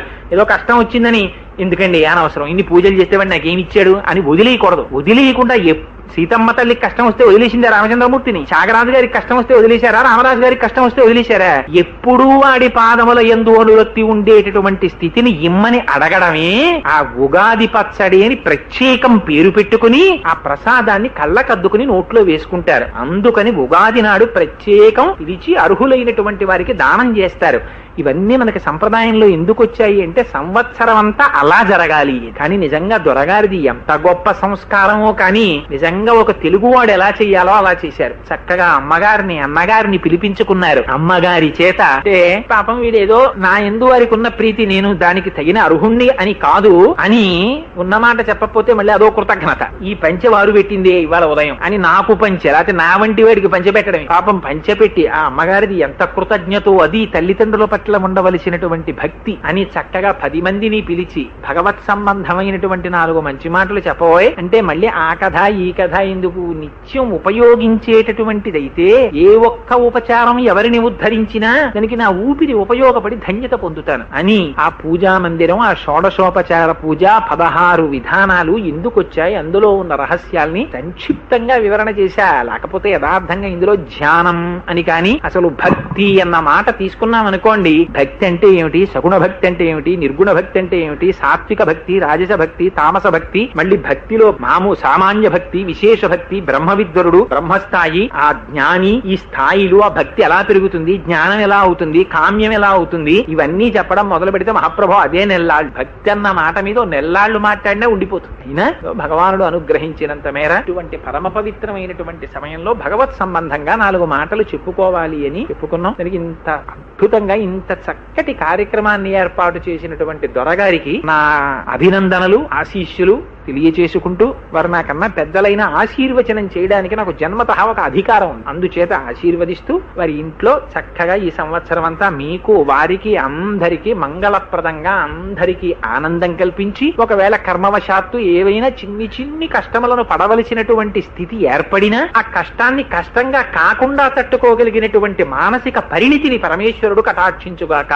అనుకోకుండా సడన్ గా పిల్లాడికి బిట్స్ పిలానీలో సీట్ వచ్చినట్టు టెలిగ్రామ్ వచ్చేసింది అనుకోండి, అప్పుడు ఢిల్లీకి జనరల్ కంపార్ట్మెంట్ లో వెళ్ళినా తనకు శక్తి కాకపోయినా ఏసీ 2 టైర్ లో కొనుక్కున్నా అయ్యో ఇంత డబ్బెట్టి కొన్నానే టికెట్ అని బెంగ లేకుండా ఫోన్లే పిల్లాడికి ఇవాళ ఏసీ 2 టైర్ లో బిట్స్ పిలానీలో జాయిన్ చేయడానికి తీసుకెళ్తున్నానని సంతోషం పొందడం ఆనందంగా ఉంటుందో, అలా చిన్ని చిన్ని కష్టాలు వచ్చినా వాడి యందున్నటువంటి భక్తి చేత వాటిని తట్టుకోగలిగిన శక్తిని వాడు కటాక్షించుగాక.